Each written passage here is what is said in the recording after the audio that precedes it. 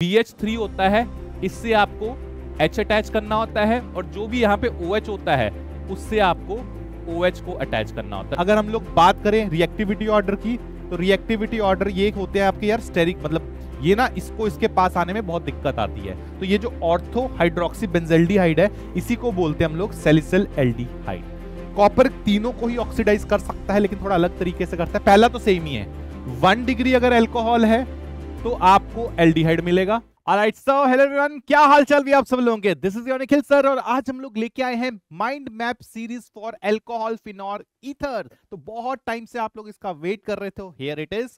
अब बात करते हैं इसके अंदर पहली चीज कि सर ये कितना इंपॉर्टेंट है हमारे एग्जाम पॉइंट ऑफ व्यू से।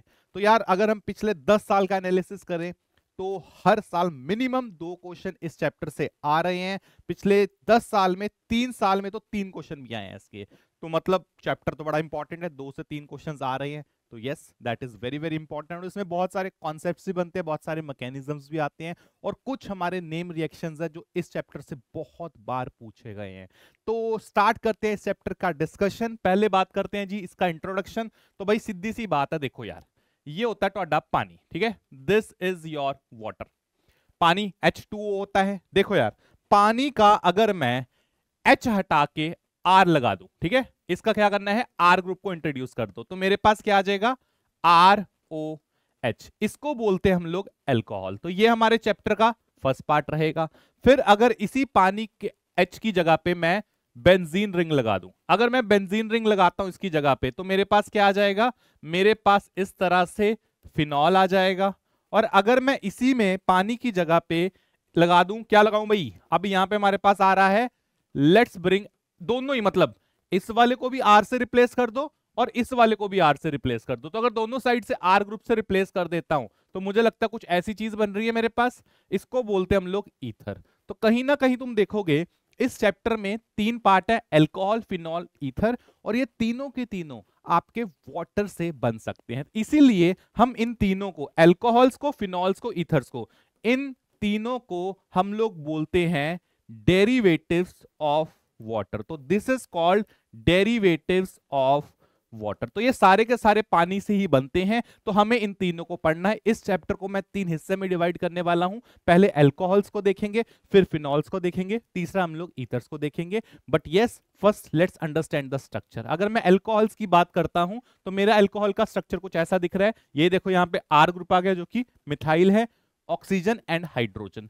अगर आप देखोगे एंगल, तो एंगल कितना आ रहा है, कायदे से इस ऑक्सीजन की हाइब्रिडाइजेशन होती है sp3। अगर आपने केमिकल बॉन्डिंग पढ़ा है तो आपको पता होगा। और sp3 का एंगल होना चाहिए था 109 डिग्री 28 मिनट, लेकिन यहां जो एंगल आ रहा है वो थोड़ा सा कम आ रहा है। यस कम हो गया। और वो क्यों कम हो जाता है, उसका रीजन है ये जो 2 लोन पेयर हैं इनके बीच में क्या होता है, इनके बीच में होता है लोन पेयर रिपल्शन।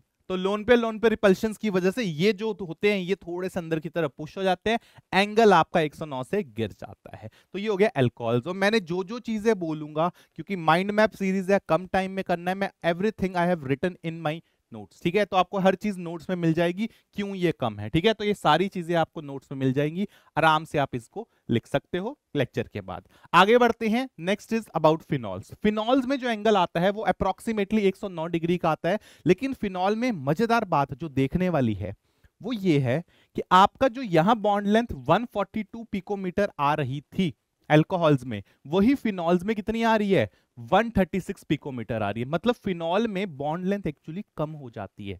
इसका रीजन क्या है सर, यार इसका रीजन ये है कि जो फिनॉल होता है ना, देखो जरा, अगर मैं देखूं तो ये बेंजीन रिंग जो होती है, अगर आप थोड़ा सा तरीके से देखें तो ये बेंजीन रिंग ना इस तरह से हमारे पास रहता है अरेंजमेंट। देखो जरा, ये हमारे पास है इस तरह से, ये आ गया, ठीक है। अब होता क्या है, ये जो लोन पेयर है ये इसके साथ रेजोनेंस कर सकते हैं, और जब ये इसके साथ बेंजीन रिंग के साथ रेजोनेंस कर सकते हैं तो यहां आता है तुम्हारा डबल बॉन्ड करेक्टर। यहां क्या बन जाता है, डबल बॉन्ड बनना स्टार्ट हो जाता है। तो ये जो डबल बॉन्ड बनना स्टार्ट होता है ये तो हम जानते ही है ना कि सिंगल बॉन्ड की लेंथ सबसे ज्यादा होती है, डबल बॉन्ड की लेंथ उससे कम होती है। तो इस वजह से आपके ये जो बॉन्ड लेंथ है वो थोड़ी सी डिक्रीज हो जाती है। ये क्वेश्चन भी आता है। दूसरा रीजन क्या है कि इसकी हाइब्रिडाइजेशन क्या हो जाएगी, क्योंकि लोन पेयर रेजोनेंस में है। तो यहां पे जो ये ऑक्सीजन की हाइब्रिडाइजेशन आती है that is actually sp2 hybridise. ठीक है, तो ये हाइब्रिडाइजेशन भी ध्यान से रखना, हाइब्रिडाइजेशन बदल जाती है। Same goes for this carbon as well, तो हाइब्रिडाइजेशन चेंज हो जाएगी। ठीक है, तो उस वजह से हमारी बॉन्ड लेंथ चेंज हो जाती है। आगे बढ़ते हैं, तो ये रीजन मैंने दोनों लिख दिए, एक तो पार्शियल डबल बॉन्ड करेक्टर, दूसरा sp2 हाइब्रिडाइजेशन। ठीक है, next is about ethers. Ethers में अगर आप बात करोगे ना, एंगल 109 से बढ़ जाता है। हाइब्रिडाइजेशन यहां पे sp3 होगी, लेकिन एंगल आपका इंक्रीज हो जाता है। यहां भी sp3 है, एंगल इंक्रीज हो जाता है। क्यों हो जाता है? क्योंकि जो ये ग्रुप होते हैं ये आपके alkyl group, this is the alkyl group. Alkyl group आपके जो होते हैं ये होते हैं बड़े बड़े ग्रुप्स। ठीक है, तो इनके बीच में क्या होता है? इनके बीच में सर होता है भयंकर रिपल्शंस। तो यहां पे आपके रिपल्शंस होंगे, और अगर आपका रिपल्शन बहुत ज्यादा होएगा उसकी वजह से क्या हो जाएगा? ओ भाई, उनके बीच में एंगल बढ़ेगा। इस वजह से जो एंगल 109 आना चाहिए था वो क्या हो गया? इंक्रीज होके यहाँ पे 112 के आसपास आ रहा है। और जितना बड़ा अल्काइल ग्रुप होगा, जैसे ये देखो यहाँ पे ये क्या है? ये CH3, ये CH3, ये CH3, तो ये बहुत बड़ा अल्काइल ग्रुप है। सिमिलरली ये बहुत बड़ा अल्काइल ग्रुप है। तो जितना अल्काइल ग्रुप बड़ा होता है उतना उसका एंगल क्या हो जाएगा? इंक्रीज हो जाएगा। देख रहे हो 128 पे जाके बैठ गया। तो ईथर्स में रिपल्शंस की वजह से एंगल इंक्रीज हो जाता है। ठीक है, तो that is written as angle is greater than this due to repulsions between the bulky alkyl groups. I hope that is clear to everyone. आगे बढ़ते हैं, अब बात करते हैं भाई अल्कोहल्स की। देखो सीधी सी बात है, चैप्टर को 3 हिस्से में कवर करना है, पहले अल्कोहल्स, फिर फिनॉल्स, फिर ईथर। अल्कोहल्स के अंदर हम लोग क्या कर देख रहे हैं? पहले एमओपी देख रहे हैं, मेथड ऑफ प्रिपरेशन। सबसे पहले हम लोग इसको किससे प्रिपेयर करवा रहे हैं? सबसे पहले हम लोग इसको प्रिपेयर करेंगे फ्रॉम एल्कीन्स। एल्कीन्स से दो तरह से बनाया जा सकता है, एसिड कैटेलाइज हाइड्रेशन है एक तरीका, और एक आपका हाइड्रोबोरेशन ऑक्सीडेशन। तो एक एक करके देख लेते हैं इसको क्या है। सबसे पहले बात करते हैं एसिड कैटेलाइज हाइड्रेशन की। रिएजेंट इसमें क्या है? आप कोई भी एसिड ले सकते हो इन वाटर, एसिड आप वाटर में यूज करते हो तो H2SO4 हो सकता है, H3O प्लस लिखा जा सकता है, या फिर आपका H3PO4 ये भी ले सकते हो, मतलब कोई भी एसिड स्ट्रॉन्ग ले लो प्लस वाटर, तो ये आपके पास है। अब बात करते हैं कि सर इसमें प्रोडक्ट क्या बनेगा। ठीक है, प्रोडक्ट क्या बनेगा पहले ये, एंड इसका मैकेनिज्म क्या है, दोनों डिस्कशन करेंगे। देखो यार, अगर तो प्रोडक्ट बनाना है तो तरीका बड़ा आसान है। प्रोडक्ट बनाने का डायरेक्ट तरीका पहले देख लो। आप डबल बॉन्ड को तोड़ो, डबल बॉन्ड को तोड़ो। ठीक है, एक साइड H लगेगा, एक साइड इससे OH लगेगा, बस इतना दिमाग में रखना है। एक साइड H, इसको क्या है? एक साइड पे H लगा दो, तो एक तरफ हम लोग H लगा देंगे, और एक तरफ क्या लगा देंगे? एक तरफ हम लोग OH लगा देंगे। तो अगर आप देखोगे प्रोडक्ट तो आई थिंक मुझे लग रहा है डायरेक्ट ही बन जाएगा। देखना जरा, इधर H आ गया, इधर हमारा OH आ गया। तो प्रोडक्ट डायरेक्ट बनाना तो सही है, ये तो बड़ा इजी एग्जांपल था सर, ये तो डायरेक्ट बन गया। लेकिन लेकिन लेकिन अगर क्वेश्चन जब आएगा, इतना इजी तो नहीं आएगा, क्वेश्चन तो टफ कर देगा वो, पेपर में तो इतना डायरेक्ट क्वेश्चन नहीं आएगा। अगर पेपर में क्वेश्चन आए तो सर कैसे करेंगे? हमें उसके लिए इसका मैकेनिज्म समझना पड़ेगा। मैकेनिज्म देखते हैं। सबसे पहले ये हमारे पास था CH2, ये CH2, हमने क्या करा? हमने इसका रिएक्शन करवाया H प्लस के साथ। तो सबसे पहले क्या होगा? ये बंदा इसके ऊपर अटैक करेगा। देखो जरा, ये जो पाई बॉन्ड है ये इस H प्लस पे अटैक करेगा, हमें जो चीज मिलेगी वो कुछ ऐसी मिलेगी। देखना भाई, CH, ये 2 इसके साथ लग गया आपका हाइड्रोजन, तो ये जो हाइड्रोजन है ये इसके साथ अटैच हो गया, तो मैं यहाँ पे हाइड्रोजन को अटैच कर देता हूं, और यहां बन गया कार्बोकेटाइन। तो सबसे पहले एल्कीन H प्लस के ऊपर अटैक करेगा, कार्बोकेटाइन जनरेट करेगा। अब यही जो कार्बोकेटाइन आपका आ रहा है, ध्यान से देखना, इसको CH3 लिख दिया मैंने। अब क्या होगा? इसके ऊपर पानी था, तो पानी इसके ऊपर अटैक करेगा। ठीक है, तो पानी विल अटैक ऑन दिस। तो जैसे पानी ने इसके ऊपर अटैक करा कार्बोकेटाइन के ऊपर, तो मुझे लगता है कुछ ऐसी चीज मिलेगी मुझे। देखना जरा, CH2, CH3, और ये पानी ने अटैक करा, तो पानी के साथ इस तरह से अटैक हुआ, ये आपका O+ बन गया। अब क्या होएगा? जो ये O+ आ रहा है, ऑक्सीजन के ऊपर आपका पॉजिटिव चार्ज जो होता है वो अनस्टेबल होता है, तो फिर क्या होता है? इसमें से H निकल जाता है, एंड लास्ट में आपको मिल जाता है CH2, CH3, और इधर आ गया OH। तो ये आपका पूरा मैकेनिज्म है। इस मैकेनिज्म को देख के एक चीज समझ आ रही है कि आपका कार्बोकेटाइन बनता है। बहुत सारी बुक्स में, इवन NCERT वाले भी इसको ना बोल देते हैं मार्कोनिकोव इफेक्ट, लिखा हुआ है कि ये रिएक्शन मार्कोनिकोव इफेक्ट से होता है, but that is all useless. आप लोग दिमाग में एक चीज रखना कि अपना कार्बोकेटाइन बनता है, कार्बोकेटाइन ऑलरेडी आप लोग डिटेल में जीओसी में पढ़ के आ चुके हो, कैसे कार्बोकेटाइन स्टेबल होता है। तो स्टेबल कार्बोकेटाइन बना के उसके ऊपर OH का टैग करना होता है बस, ठीक है। तो ये आपके सामने ऐसे लिखा है, एनसीईआरटी की लाइन देखो, in case of unsymmetrical alkenes it takes via Markovnikov rule, जो कि मैं बोलूंगा आप मत पढ़ो, मैं सीधा सा बोलूंगा मार्कोनिकोव रूल मत चलो, आप चला करो कार्बोकेटाइन स्टेबिलिटी से। हम लोग दिमाग में रखेंगे कार्बोकेटाइन स्टेबिलिटी, कार्बोकेटाइन में हम लोग शेर है, तो कार्बोकेटाइन बनाया करो, उसके बाद OH को अटैच कर दिया करो, बस इतना ही रखना है अपने को, ठीक है। तो चलो ये क्लियर हो गया, आगे बढ़ते हैं। Next is hydroboration oxidation. Reagent आपका BH3 इन THF, ये दो सेट ऑफ रिएजेंट्स में आता है, पहले BH3 होता है, दूसरा आपका OH इन H2O2 पेरोक्साइड। मैं तुम्हें ट्रिक बता देता हूं, जो BH3 होता है इससे आपको H अटैच करना होता है, और जो भी यहां पे OH होता है उससे आपको OH को अटैच करना होता है। तो ये BH3 के अंदर H है, तो इसको अटैच कर दो, OH को यहां से अटैच कर दो। कहां पे करना है एग्जाम्पल से समझ आएगा। जैसे ये है, आपने बॉन्ड को ब्रेक करा, कोई एक बॉन्ड को ब्रेक कर दो इसमें से, जैसे मान लो ये बॉन्ड को ब्रेक कर दिया, कहां H लगना है, कहां OH लगना है। जहां पे हाइड्रोजन कम होंगे वहां H लगाना है, जहां हाइड्रोजन ज्यादा होंगे वहां आपको OH लगाना है। बस इस तरह से तुम प्रोडक्ट बना सकते हो। तो यहां पे अगर प्रोडक्ट बनाना है तो प्रोडक्ट क्या आ जाएगा, product will be like this, ये देखना जरा, ये आपका प्रोडक्ट जनरेट हो गया, ठीक है, ये हमारा आंसर आ जाएगा। तो जब भी हम लोग हाइड्रोबोरेशन ऑक्सीडेशन करते हैं, जो भी BH3 है, कई बार BH3 लिखा होता है, कई बार इसको ऐसे भी लिख देता है, B2H6 भी लिख देता है, बात बराबर है, वो H निकालना उसमें से। तो H कहां लगना है, जहां हाइड्रोजन कम है वहां H लगा दो, जहां आपका हाइड्रोजन ज्यादा है वहां पे आप OH लगा दो। एक तरीका ये है, एक तरीका है डिग्री से जज करने का, कि भाई ये कार्बन किस डिग्री का है, 2 डिग्री का, ये कार्बन 1 डिग्री का। तो जहां पे भी ज्यादा डिग्री होती है वहां हाइड्रोजन लगाया करो, जहां कम डिग्री होती है वहां OH लगाया करो।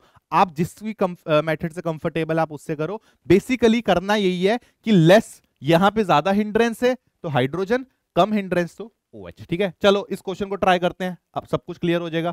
यहां से अब क्या ऐड होगा सर, यहां से अब ड्यूटेरियम ऐड होगा और इसमें अब OT ऐड होगा। कहां पे अटैच करना है, इस तरफ हम लोग ड्यूटेरियम लगा देंगे, इस तरफ हम लोग OT लगा देंगे। तो प्रोडक्ट क्या बन जाएगा यहां पे सर, यहां प्रोडक्ट बन जाएगा आपका D, इधर आ जाएगा हमारे पास, यस ड्यूटेरियम, और इधर हमारा OT बन जाएगा। बस इतना ही आपको करना है, इससे हमारे सवाल सारे डायरेक्ट सॉल्व हो जाएंगे। I hope this is clear to everyone, ठीक है। यहां कोई कार्बोकेटाइन मत बना देना, ठीक है। चलो ये लिखा भी है, add hydrogen to side with less hydrogen, add OH to the side with more hydrogen. वो मैंने बता दिया कहां से आता है, ये BH3 से आता है, ये OH से निकलता है। इसको बोला जाता है एंटी मार्कोनिकोव एडिशन, वो एनसीईआरटी की लाइन है। तो मैं तरीका डायरेक्ट बता दिया, मार्कोनिकोव एंटी मार्कोनिकोव सिर्फ नाम के लिए होते, क्वेश्चन आ जाता कई बार कि मार्कोनिकोव एंटी मार्कोनिकोव है, तो यहां पे आप एंटी मार्कोनिकोव बोल सकते हो, पर तुम्हें तरीका बता दिया, तुम्हारा हो जाएगा, ठीक है। चलो आगे बढ़ते हैं। Next is from carbonyl compounds, aldehyde and ketone से भी हम लोग बना सकते हैं। अब सुनो एक बात, पहले मैं कुछ डायरेक्ट चीज बता रहा हूं, कभी भी जिंदगी में एल्डिहाइड लिखा हो और तुम्हें रिड्यूसिंग एजेंट दे रखा है तो उसको रिड्यूस करना है। एल्डिहाइड जब भी रिड्यूसिंग एजेंट, बेसिकली तुम सोचा करो कि तुमने हाइड्रोजन को ऐड करा, ठीक है, और कैसे ऐड करा, यहां से तुम बॉन्ड तोड़ा करो, ठीक है, एक हाइड्रोजन इस पे लगाया करो, एक हाइड्रोजन इस पे लगाया करो, तो क्या बन जाएगा देखना भाई, R कार्बन के साथ एक पहले से था एक और, तो CH2, और यहां पे क्या लग गया OH, तो ये क्या बन जाएगा, ये बन जाएगा 1 डिग्री एल्कोहल। तो ये आई थिंक क्लियर हो रहा है कि एक कार्बन के साथ है तो 1 डिग्री एल्कोहल बन गया। यहां बात करें तो फिर से वही वाली बात, अगर आपको कीटोन में रिड्यूसिंग एजेंट देते हो तो बॉन्ड तोड़ा, एक हाइड्रोजन यहां, एक हाइड्रोजन यहां, तो प्रोडक्ट क्या बन जाएगा देखना भाई, यहां पे आपका आ जाएगा कार्बन के साथ एक आ गया हाइड्रोजन, यस, एक आ गया OH, और इधर लगा देंगे, आप ऐसा कर देता हूं इसको, ये कार्बन के साथ हाइड्रोजन इधर, और ये आ गया भैया R', ठीक है। तो ये कैसा कार्बन है 2 डिग्री वाला, तो यहां से क्या बनेगा 2 डिग्री एल्कोहल। तो एक बात तो तुम वैसे ही याद रखो, ये जनरल रूल भी है कि एल्डिहाइड को रिड्यूस करते हो तो आपका 1 डिग्री एल्कोहल बनता है, कीटोन को रिड्यूस करते हो तो आपका 2 डिग्री एल्कोहल बनता है। तरीका भी बता दिया आप कैसे रिड्यूस कर सकती हो, लेकिन अब कौन सा कब किसको करेगा वो बहुत इंपॉर्टेंट है। तो बात करते हैं इसके अंदर कौन से रिड्यूसिंग एजेंट्स, यहां पे तो मैंने लिख दिया ना सीधा रिड्यूसिंग एजेंट, कौन से रिड्यूसिंग एजेंट होंगे? तो आप ले सकते हो हाइड्रोजन निकल, या हाइड्रोजन इन प्लेटिनम, या हाइड्रोजन इन प्लेटिनम, आप ये ले सकते हो, या आप लिथियम एल्यूमिनियम हाइड्राइड ले सकते हो, या सोडियम बोरोहाइड्राइड ले सकते हो, जिसमें से ये बहुत स्ट्रांग होता है। It is strong, very strong reducing agent, मतलब ये आगे लगा देता है बेसिकली। तो ये हम लोग 3 ले सकते हैं, आप इसमें से कहीं भी कुछ भी लिखा हो, आप डायरेक्टली प्रोडक्ट बना दिया करो, ठीक है। तो एल्डिहाइड कीटोन से आप डायरेक्टली अल्कोहल बना सकते हो अगर आपके पास ऐसे रिड्यूसिंग एजेंट दे रखे हैं। जैसे क्वेश्चन कर लेते हैं, ये है लिथियम एल्यूमिनियम हाइड्राइड, क्या करेंगे? कुछ नहीं, ये हमारे पास है, इधर एक एच लगाएंगे, इधर एक एच लगाएंगे, तो बस प्रोडक्ट आ गया। देखो जरा, ये हमारे पास था, तो इधर एक हाइड्रोजन लग जाएगा, और इधर क्या है? इधर हमारा OH, तो ये प्रोडक्ट बन जाएगा। वैसे हाइड्रोजन तुम्हें पता हम लोग शो करते नहीं है, तो आप इसको शो करो ना करो बात बराबर है, मैंने शो ही नहीं करना इसको, ठीक है। लो भाई, ये प्रोडक्ट बन गया। अच्छा, तो ये क्या था? ये कीटोन था, और कीटोन से क्या बनता है? कीटोन से सर हमेशा 2 डिग्री अल्कोहल ही तो बनता है। यस, इसको करते हैं, ये एल्डिहाइड है, ठीक है, दिस इज एल्डिहाइड। एल्डिहाइड से हम लोग जानते हैं 1 डिग्री बनेगा, तो कैसे बनाना है?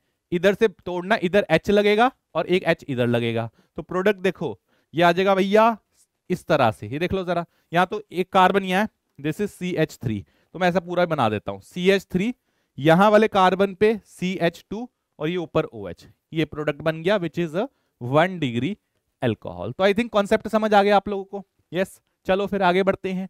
नेक्स्ट यहाँ पे लिखा है, वो लिखा भी, ये दिख भी दिया कि एल्डिहाइड से 1 डिग्री मिलता है, कीटोन से आपको 2 डिग्री अल्कोहल मिलेगा, दैट इज ऑलवेज देयर, ठीक है।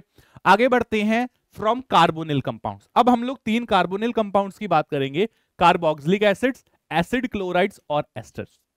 इनसे भी आप बना सकते हो, लेकिन इनमें ना गड़बड़ा थोड़ी सी, थोड़ा सा अलग पंगा है इसमें। पंगा है इसके रिएक्टिविटी ऑर्डर। रिएक्टिविटी ऑर्डर हम लोग नेक्स्ट चैप्टर में देखेंगे कि ये रिएक्टिविटी ऑर्डर क्यों आता है। अभी के लिए ये जो ऑर्डर बताया है मैंने आपको, this is the reactivity order, ठीक है।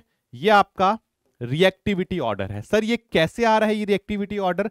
अभी यार अगले चैप्टर में बता दूंगा, तो टेंशन मत लो। अभी के लिए बस याद रखना कि सबसे ज्यादा एसिड क्लोराइड, फिर एल्डिहाइड कीटोन, कार्बोक्सिलिक एसिड और एस्टर का ऑलमोस्ट सिमिलर रहता है, ठीक है। तो ये हमारा रिएक्टिविटी ऑर्डर है। आपका जो तगड़ा वाला होता है, तगड़ा कौन सा होता है बताओ जरा, विच इज मोर तगड़ा आउट ऑफ दीज? अगर आपका रिएक्शन होता है लिथियम एल्यूमिनियम हाइड्राइड, मैंने बता दिया जो लिथियम एल्यूमिनियम हाइड्राइड है वो ज्यादा स्ट्रॉन्ग है, it is a strong reducing agent, whereas जो सोडियम बोरोहाइड्राइड होता है वो होता है आपका वीक रिड्यूसिंग एजेंट। तो आप लोग हमेशा दिमाग में रखना कि जो अगर लिथियम एल्यूमिनियम हाइड्राइड है तो वो सबके साथ रिएक्शन कर जाएगा, 1 2 3 4 5, तो ऑल 5, यहां लिख देता हूं ऑल 5। लेकिन अगर सोडियम बोरोहाइड्राइड है तो वो बस यहां तक रिएक्शन कर पाता है, दैट इज ओनली 3, ठीक है। तो सोडियम बोरोहाइड्राइड होएगा तो वो सिर्फ इन 3 के साथ रिएक्शन कर पाएगा, लिथियम एल्यूमिनियम हाइड्राइड होगा तो वो सबके साथ रिएक्शन कर जाएगा। कैसे करेगा अभी मैं दिखा दूंगा, बट ये इसको करने का, याद रखने का डायरेक्ट तरीका है, लिथियम सबके साथ, सोडियम सिर्फ पहले 3 के साथ। ऑलराइट, जैसे मैं क्वेश्चन करके दिखाता हूं, यहां पे ये क्या है सर, ये मेरा एसिड है, एसिड के साथ कौन करता है? एसिड के साथ सिर्फ लिथियम करेगा, सोडियम नहीं करेगा, तो ये तो रिएक्शन देगा नहीं, ठीक है, बस ये देगा। किस तरह से करेगा रिएक्शन, मैं तरीका बता देता हूं। यहां से आपको वही H करना है बेसिकली, ठीक है, H लेके आना है। तो तुम क्या करा करो, एक H इधर लग जाएगा, एक H तुम्हारा इधर इसके साथ आ जाएगा। मतलब तुम्हें क्या करना है, इसको रिप्लेस, वैसे एक तरीके से बता देता हूं, ये H है तो आप क्या कर सकते हो, पहले स्टेप में CH3 ये C डबल बॉन्ड हो, इसको पूरे H से रिप्लेस कर दिया, एक तो ये हो गया, ठीक है। फिर से क्या होगा, फिर वही वाला तरीका, पहले एसिड से मैंने क्या बनाया, एल्डिहाइड बनाया, और एल्डिहाइड से तो बनाना मुझे आता ही है, क्या करते थे एल्डिहाइड में, फिर से अगर इसकी रिडक्शन होगी तो एक H इधर आएगा, एक H इधर आएगा, तो प्रोडक्ट क्या बन जाएगा, प्रोडक्ट विल बी CH2OH। तो क्या बन गया यहां से, 1 डिग्री अल्कोहल बन गया। तो I hope this is clear, ये क्लियर हो गया अपने को। तो कार्बोक्सिलिक एसिड से पहले एल्डिहाइड बनाया करो, उसके आगे तो हम लोग ऑलरेडी जानते हैं, ठीक है। इधर आते हैं, ये क्या है सर, ये मुझे लग रहा है मेरा एस्टर है, ये दिख रहा तुम्हें एस्टर। क्या एस्टर के साथ सोडियम बोरोहाइड्राइड रिएक्ट करता है? नहीं करता, सोडियम बोरोहाइड्राइड बस यहां तक रिएक्शन दिखाएगा, सोडियम बोरोहाइड्राइड सिर्फ यहां तक रिएक्शन दिखाएगा, वो इसके साथ रिएक्शन नहीं करेगा। सर बताओ फिर इसमें प्रोडक्ट क्या करना है? इसका थोड़ा सा तरीका अलग है। अगर आप लिथियम एस्टर के साथ लाते हो तो यार देखो क्या करना है, यहां पे ना इधर से ब्रेक करो, ठीक है, इधर से ब्रेक करो, इधर से ब्रेक करा तो इधर भी क्या इधर आएगा, इधर भी एच लगाना है, इधर भी एच लगाना है, तो क्या बन जाएगा देखो जरा सर, ये चीज आ रही है देखो जरा, यहां से सी डबल बॉन्ड हो, इधर आ गया एल्डिहाइड, ये एक एल्डिहाइड बन गया सर, ठीक है, प्लस मेरे पास इधर से क्या आ रहा है CH3OH, मैंने बताया हमेशा रिडक्शन हो रही है, तो इधर आपका अल्कोहल बन गया, इधर एल्डिहाइड है, लेकिन ये एल्डिहाइड फर्दर क्या होगा सर, ये फर्दर रिड्यूस हो जाएगा, और जब ये फर्दर रिड्यूस हुआ तो एक यहां से H लगाना है, एक यहां पे H लगाना है, तो प्रोडक्ट क्या बन जाएगा, प्रोडक्ट विल बी CH2OH। तो यहां भी आपका 1 डिग्री अल्कोहल बन गया और यहां पे भी एक अल्कोहल बन गया। तो आई होप अप्रोच समझ आ गई, ठीक है। चलो फिर आगे बढ़ते हैं। अब आता है आपका acid chloride. Sir acid chloride के साथ हम लोग क्या करेंगे, एसिड क्लोराइड के साथ दोनों ही रिएक्ट करते हैं, देख लो जरा, एसिड क्लोराइड के साथ दोनों ही रिएक्ट करेंगे, तो दोनों सेम ही रिएक्शन करना है, सेम ही प्रोडक्ट आएगा। तो यहां पे मैं लिथियम के साथ बना देता हूं, फिर से वही वाली बात, पहले तुम यहां पे क्या किया करो, इसको H से रिप्लेस करो, पहले तो हमने H से रिप्लेस करा इसको, ठीक है, फिर हमें पता है एल्डिहाइड बन गया, तो फिर क्या होता है, एक H यहां एक H यहां, तो CH3 COH और यहां पे CH2 और यहीं पे सेम प्रोडक्ट आ जाएगा, सेम प्रोडक्ट, ठीक है, क्योंकि दोनों ही सेम रिएक्शन देंगे, तो आपका प्रोडक्ट ये आ गया। तो एसिड क्लोराइड से भी आप अल्कोहल को जनरेट कर सकते हो, ठीक है, ये भी हो गया। चलो फिर ये लिख दिया कि lithium reacts with all three, यहां पे आई थिंक ये वाले हैं, इन तीन की बात कर रहे हैं, प्लस आपके एल्डिहाइड कीटोन हो गया, and sodium borohydride reacts with only acid chloride, इन तीन की बात कर रहा है, इन तीन की, ठीक है। तो ये मुझे लगता है तुम्हें समझ आ गया, अब एग्जांपल्स भी ले लिए हम लोगों ने। आगे बढ़ते हैं, ग्रिग्नार्ड रिएजेंट। ग्रिग्नार्ड रिएजेंट कैसे रिएक्ट करता है भाई, इसको ना ऐसे सोचा करो, RMgx होता है, इसमें बस R माइनस वाला पार्ट लिया करो, ये प्लस वाला पार्ट होता है, इससे हमें फर्क नहीं है। R माइनस जो होता है इसके ऊपर अटैक करता है, फिर क्या देगा आपको, आपको ये कुछ इस तरह से देगा O माइनस और इधर लग जाएगा R, ठीक है। ये जो वाटर होगा, वाटर इसके साथ फर्दर रिएक्शन करता है, वाटर से तुम्हें बस H प्लस लेना होता है, और ये जो H प्लस होता है इस पे ये अटैक करेगा, and this is what you are going to get. ये इसको पूरा मैंने आपको मैकेनिज्म से बता दिया, इस तरह से आप अल्कोहल बना सकते हो। तो आप एल्डिहाइड या कीटोन, जो भी आपके पास कार्बोनिल कंपाउंड है, ये कार्बोनिल कंपाउंड था, ठीक है, तो कार्बोनिल कंपाउंड के साथ आपने वहां से स्टार्ट करके आपने क्या कर दिया, अल्कोहल जनरेट कर दिया। जितना मुझे आइडिया है आप लोगों ने ग्रिग्नार्ड रिएजेंट ऑलरेडी पिछले महीने में अपने कवर कर लिया होगा, फिर भी एक बार रिवाइज करवा देता हूं मैं, ठीक है। एग्जांपल लेते जैसे ये है, ये R माइनस क्या करेगा, इधर एक तो इधर लग जाएगा R, और इधर इसको तोड़ के एक तरफ R लगाया करो, एक तरफ H लग गया, तो क्या बन जाएगा प्रोडक्ट, मुझे लगता है ये आपका OH, ये H और इधर R। तो फॉर्मेल्डिहाइड से तुम्हें क्या मिल गया, आपको एक 1 डिग्री अल्कोहल मिल गया, ठीक है। तो फॉर्मेल्डिहाइड से मिल गया अपने को 1 डिग्री अल्कोहल। चलो फिर इधर करते हैं, ये R माइनस है, बॉन्ड तोड़ो, इधर H लगाओ, इधर R लगाओ, तो प्रोडक्ट क्या बन जाएगा देखो जरा, ये आ गया OH, इधर आ गया भाई R, तो ये क्या बन गया 2 डिग्री अल्कोहल। तो एक एल्डिहाइड से मुझे 2 डिग्री अल्कोहल मिल सकता है। ये यहां पे फिर से अटैक करो, बॉन्ड तोड़ो, इधर H लगाओ, इधर R लगाओ, तो क्या बन जाएगा देखो भाई, R प्राइम, ये आ गया COH, ये आ गया R प्राइम, ये आ गया R, तो यहां से बन गया भैया 3 डिग्री अल्कोहल। तो आप ग्रिग्नार्ड रिएजेंट यूज करके हर एक डिग्री के अल्कोहल को बना सकते हो, this is how you can make it, ठीक है। वही सब लिखा है, फॉर्मेल्डिहाइड से 1, एल्डिहाइड से 2 एंड कीटोन से 3, ठीक है। ये हो गए मेथड्स ऑफ प्रिपरेशन। अब बात करते हैं आपके केमिकल रिएक्शंस की। देखो बड़ी सीधी सी गल है, अल्कोहल बहुत सारे रिएक्शंस दिखाता है, बहुत ही सारे। कैसे कैसे करता है, दो तरह से रिएक्ट करता है, एक एज ए न्यूक्लियोफाइल, एक एज ए इलेक्ट्रोफाइल। सर दोनों कैसे होगा, पॉसिबल कैसे है, तो देखो भाई, पहले मान लो ये अल्कोहल है मेरे पास, मैंने क्या करा, मैंने इस अल्कोहल को ये इस तरह से ब्रेक करा, यहां से ब्रेक करा। अगर मैं यहां से ब्रेक करता हूं तो ऑब्वियसली बात है, ऑक्सीजन क्या है, ज्यादा इलेक्ट्रोनेगेटिव, तो ये कुछ इस तरह से दिखाता है, ये बनता हमारे पास प्लस आपका H प्लस, ये आ गया देखो जरा, ये अल्कोहल को मैंने ब्रेक कर दिया। अगर मैं अल्कोहल के अंदर OH क्लीवेज करता हूं, देखो जरा, अल्कोहल के अंदर OH क्लीवेज करता हूं तो मेरे को ये मिलता है, इसको बोलते हैं alkoxide, this is called alkoxide ion. और ये जो अल्कोक्साइड है ये कैसे काम कर सकता है, एज ए न्यूक्लियोफाइल, क्यों, क्योंकि इसके पास लोन पेयर है, वो अटैक करके प्रोडक्ट एज न्यूक्लियोफाइल अटैक कर पाएगा, तो इलेक्ट्रॉन पेयर डोनेट कर सकता है। तो ये जो होता है, this is where it will going to act as nucleophile. दो इंपॉर्टेंट चीजें, एक तो OH बॉन्ड क्लीवेज से न्यूक्लियोफाइल बनता है, दूसरा क्योंकि ये R ग्रुप है, और R ग्रुप क्या कर सकता है, इसको अनस्टेबल कर सकता है। ये पता है ना कि जो नेगेटिव चार्ज होता है उसके ऊपर प्लस आई इफेक्ट अनस्टेबल करेगा। तो देयरफॉर अगर यहीं पे अगर मेरे से सेकंड चीज पूछता है रिएक्टिविटी ऑर्डर, तो जो रिएक्टिविटी ऑर्डर मेरा आएगा वो आएगा भाई बड़ा सीधा सा, पहले आता है मिथाइल, फिर आता है 1 डिग्री, फिर आता है 2 डिग्री, फिर आता है 3 डिग्री। क्यों सर ऐसा? क्योंकि जितना बड़ा ग्रुप होगा वो उतना ज्यादा प्लस आई देगा। तो ये आपका रिएक्टिविटी ऑर्डर रहता है फॉर न्यूक्लियोफाइल्स। ये दो चीजें पूछी जाती है, OH से न्यूक्लियोफाइल बनता है और न्यूक्लियोफाइल का रिएक्टिविटी ऑर्डर ये रहता है। ठीक है, वो सब यहां पे मैंने लिख दिया है। रिएक्टिविटी ऑर्डर क्या है? मिथाइल 1 2 3। आगे बढ़ते हैं, कैसे ये इलेक्ट्रोफाइल की तरह काम करता है। यार जब एल्कोहल्स को इलेक्ट्रोफाइल की तरह काम करना है तो इंपॉर्टेंट ये है कि आपके जो लोन पेयर हैं ये पहले क्या करते हैं, किसी प्रोटिक एसिड के साथ तुम रिएक्ट करवाते हो।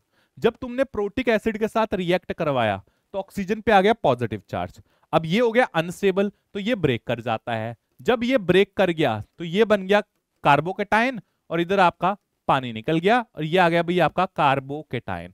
अब ये कैसे काम कर सकता है? कार्बोकेटाइन तो इलेक्ट्रॉन पेयर को एक्सेप्ट कर सकता है, तो वो क्या करेगा? वो इलेक्ट्रोफाइल की तरह काम करेगा। एक तो ये, ठीक है। तो कभी भी जिंदगी में तुम आरओ, ये आ गया आपका carbon oxygen cleavage, carbon oxygen bond break करते हो तो आपको इलेक्ट्रोफाइल मिलता है। इसका रिएक्टिविटी ऑर्डर हर कोई जानता है कि रिएक्टिविटी ऑर्डर कार्बोकेटाइन का क्या होता है? 3 degree, 2 degree, 1 degree and then your methyl. I think ये तो हम सबको पता ही है, क्लैरिटी तो है ही है। ठीक है, चलो फिर ये सब चीजें यहाँ पे आपको मिल जाएंगी इन नोट्स, देख लेना इसको। आगे बढ़ते हैं, reactions involving OH bond fission. अब मैंने बताया OH बॉन्ड फिजन से क्या मिलता है? न्यूक्लियोफाइल मिलता है। इसके हमारे पास 3 रिएक्शंस हैं, तीनों देख लो ढंग से क्योंकि यही सारे रिएक्शंस फिनॉल भी बाद में करेगा। पहला आता है रिएक्शन विद मेटल, तो रिएक्शन लिखा है एल्कोहल्स रिएक्ट विद सोडियम और पोटेशियम और aluminium to form metal alkoxide and evolve hydrogen gas. तो करता क्या है, आपको ये जो हाइड्रोजन है ये हाइड्रोजन निकल जाएगा तो ये प्रोडक्ट ऐसा देता है O-, यहां पे आ गया Na+, और साथ में आपकी जो हाइड्रोजन गैस है वो बाहर आ जाएगी। अगर एल्यूमिनियम के साथ रिएक्शन करेगा तो ये हमारे पास O-, ठीक है, एल्यूमिनियम है तो 3 आपके एल्यूमिनियम प्लस आपकी हाइड्रोजन गैस बाहर आ जाएगी। ये बस बैलेंस करा क्योंकि एक यूनि नेगेटिव चार्ज है। यहाँ पे पोटेशियम है तो पोटेशियम इसको रिप्लेस कर देगा तो प्रोडक्ट क्या बन जाएगा? प्रोडक्ट बन जाएगा K+ और हाइड्रोजन गैस आपकी लिबरेट हो जाएगी। बैलेंस मैं नहीं कर रहा हूं, आप खुद से कर लीजिएगा। ठीक है, तो ये आपका रिएक्शन है, ये एक रिडॉक्स टाइप रिएक्शन है जो आपको ये प्रोडक्ट देगा। बाद आगे बढ़ते हैं एसिडिक स्ट्रेंथ। देखो जीओसी में आपने कहीं ना कहीं एसिडिक स्ट्रेंथ के बहुत सारे क्वेश्चंस कवर किए होंगे, कॉन्सेप्ट्स कवर किए होंगे कि एसिडिक स्ट्रेंथ क्या होती है एल्कोहल्स के अंदर, और इन जनरल वैसे भी एसिडिक स्ट्रेंथ की बात करें तो जो कॉन्जुगेट बेस, देखो ये अल्कोहल है मेरा, अल्कोहल ब्रेक करेगा RO- प्लस H+, ये तो एसिड है, इसको बोलते हैं कॉन्जुगेट बेस। जितना कॉन्जुगेट बेस ज्यादा स्टेबल होगा उतना ही आपकी एसिडिटी ज्यादा होगी। तो सबसे पहला पॉइंट है स्टेबिलिटी ऑफ कॉन्जुगेट अनायन, इसको कॉन्जुगेट बेस बोल दो या कॉन्जुगेट अनायन बोल दो, बात बराबर है। ये जितना ज्यादा स्टेबल होगा एसिडिक स्ट्रेंथ उतनी ज्यादा होगी।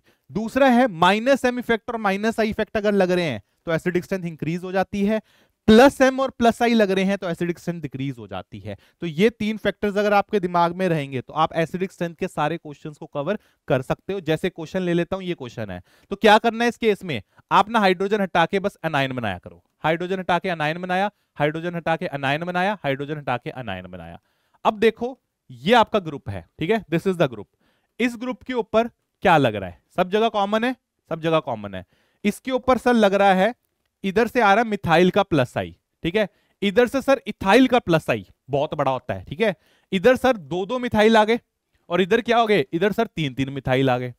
तो मुझे पता है जो 3 मिथाइल होते हैं उनका +I सबसे ज्यादा है, तो ये +I देखो 3 +I लग रहे हैं यहां से, ठीक है, और हमें रूल तो पता ही है distance number power DNP rule. तो यहां पे 3 ग्रुप लग रहे हैं, यहां सर 2 +I लग रहे हैं, ये और ज्यादा है, इसमें दोनों में एक +I लग रहा है, इधर भी +I लग रहा है, इधर भी +I लग रहा है, लेकिन इधर कौन सा लग रहा है, इधर सर मिथाइल का लग रहा है और इधर सर हमारा इथाइल का लग रहा है, और इथाइल का +I तो सबसे ज्यादा जबरदस्त, इथाइल का, मिथाइल से तो अच्छा ही होता है। तो अगर हम लोग +I के हिसाब से देखें तो सबसे जबरदस्त +I इधर लग रहा है, और +I से क्या होता है, +I से एसिडिक स्ट्रेंथ हमारी कम होती है। तो आंसर क्या हो जाएगा, ऑर्डर आपका ये हो जाएगा एसिडिक स्ट्रेंथ का। क्यों? क्योंकि +I सबसे जबरदस्त तो एसिडिक स्ट्रेंथ सबसे कम। तो I hope this is clear to everyone. तो जब भी एसिडिक स्ट्रेंथ के क्वेश्चंस आते हैं, इफेक्ट्स देखो, जीओसी में बहुत सारे क्वेश्चंस आपने इसके करे होंगे।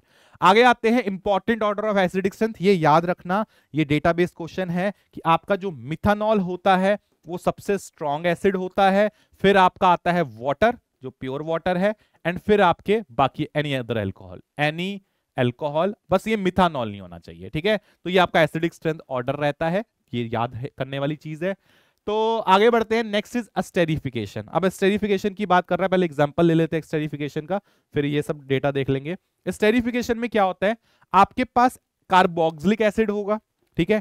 कार्बोक्सिलिक एसिड के साथ आप लेते हो अल्कोहल, तो कार्बोक्सिलिक एसिड और अल्कोहल, ठीक है। तो यहां पे एक एसिड है, एसिड का रिएक्शन अल्कोहल के साथ होगा। जनरली इसके साथ हम लोग एसिड लेते हैं, एसिड जनरली आपका H2SO4 होता है, ठीक है, ये इंपॉर्टेंट है। ये क्या करते हैं, प्रोडक्ट डायरेक्ट बनाने का तरीका बता रहा हूं आपको।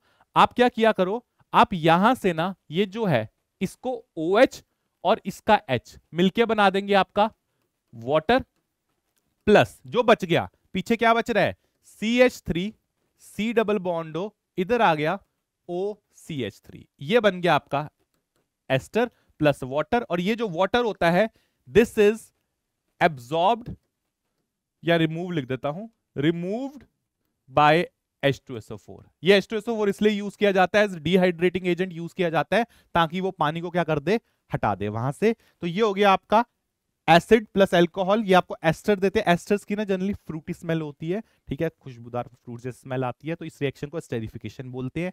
चलो यही हरकत अब यहां पे करते हैं, OH और H मिलके बना देंगे H2O, प्लस पीछे जो भी बच गया, पीछे बन गया आपका ये आ गया C डबल बॉन्ड O, और इधर आ गया आपका O, और इधर आ गया आपका ये, तो ये आपका एस्टर बन गया प्लस वाटर, और वाटर को हटा देगा आपका H2SO4।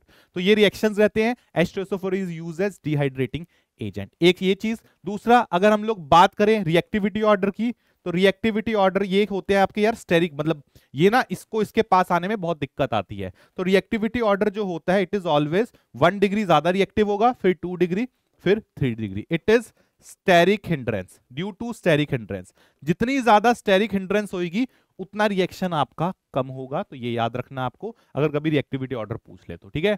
तो इट इज, ये सब लिखा है यहाँ पे, रिएक्टिविटी 1 2 3 दे दिया मैंने, ठीक है। Reaction is done using H2SO4 which acts like a dehydrating agent. तो आई थिंक ये क्लियर हो गया आपको।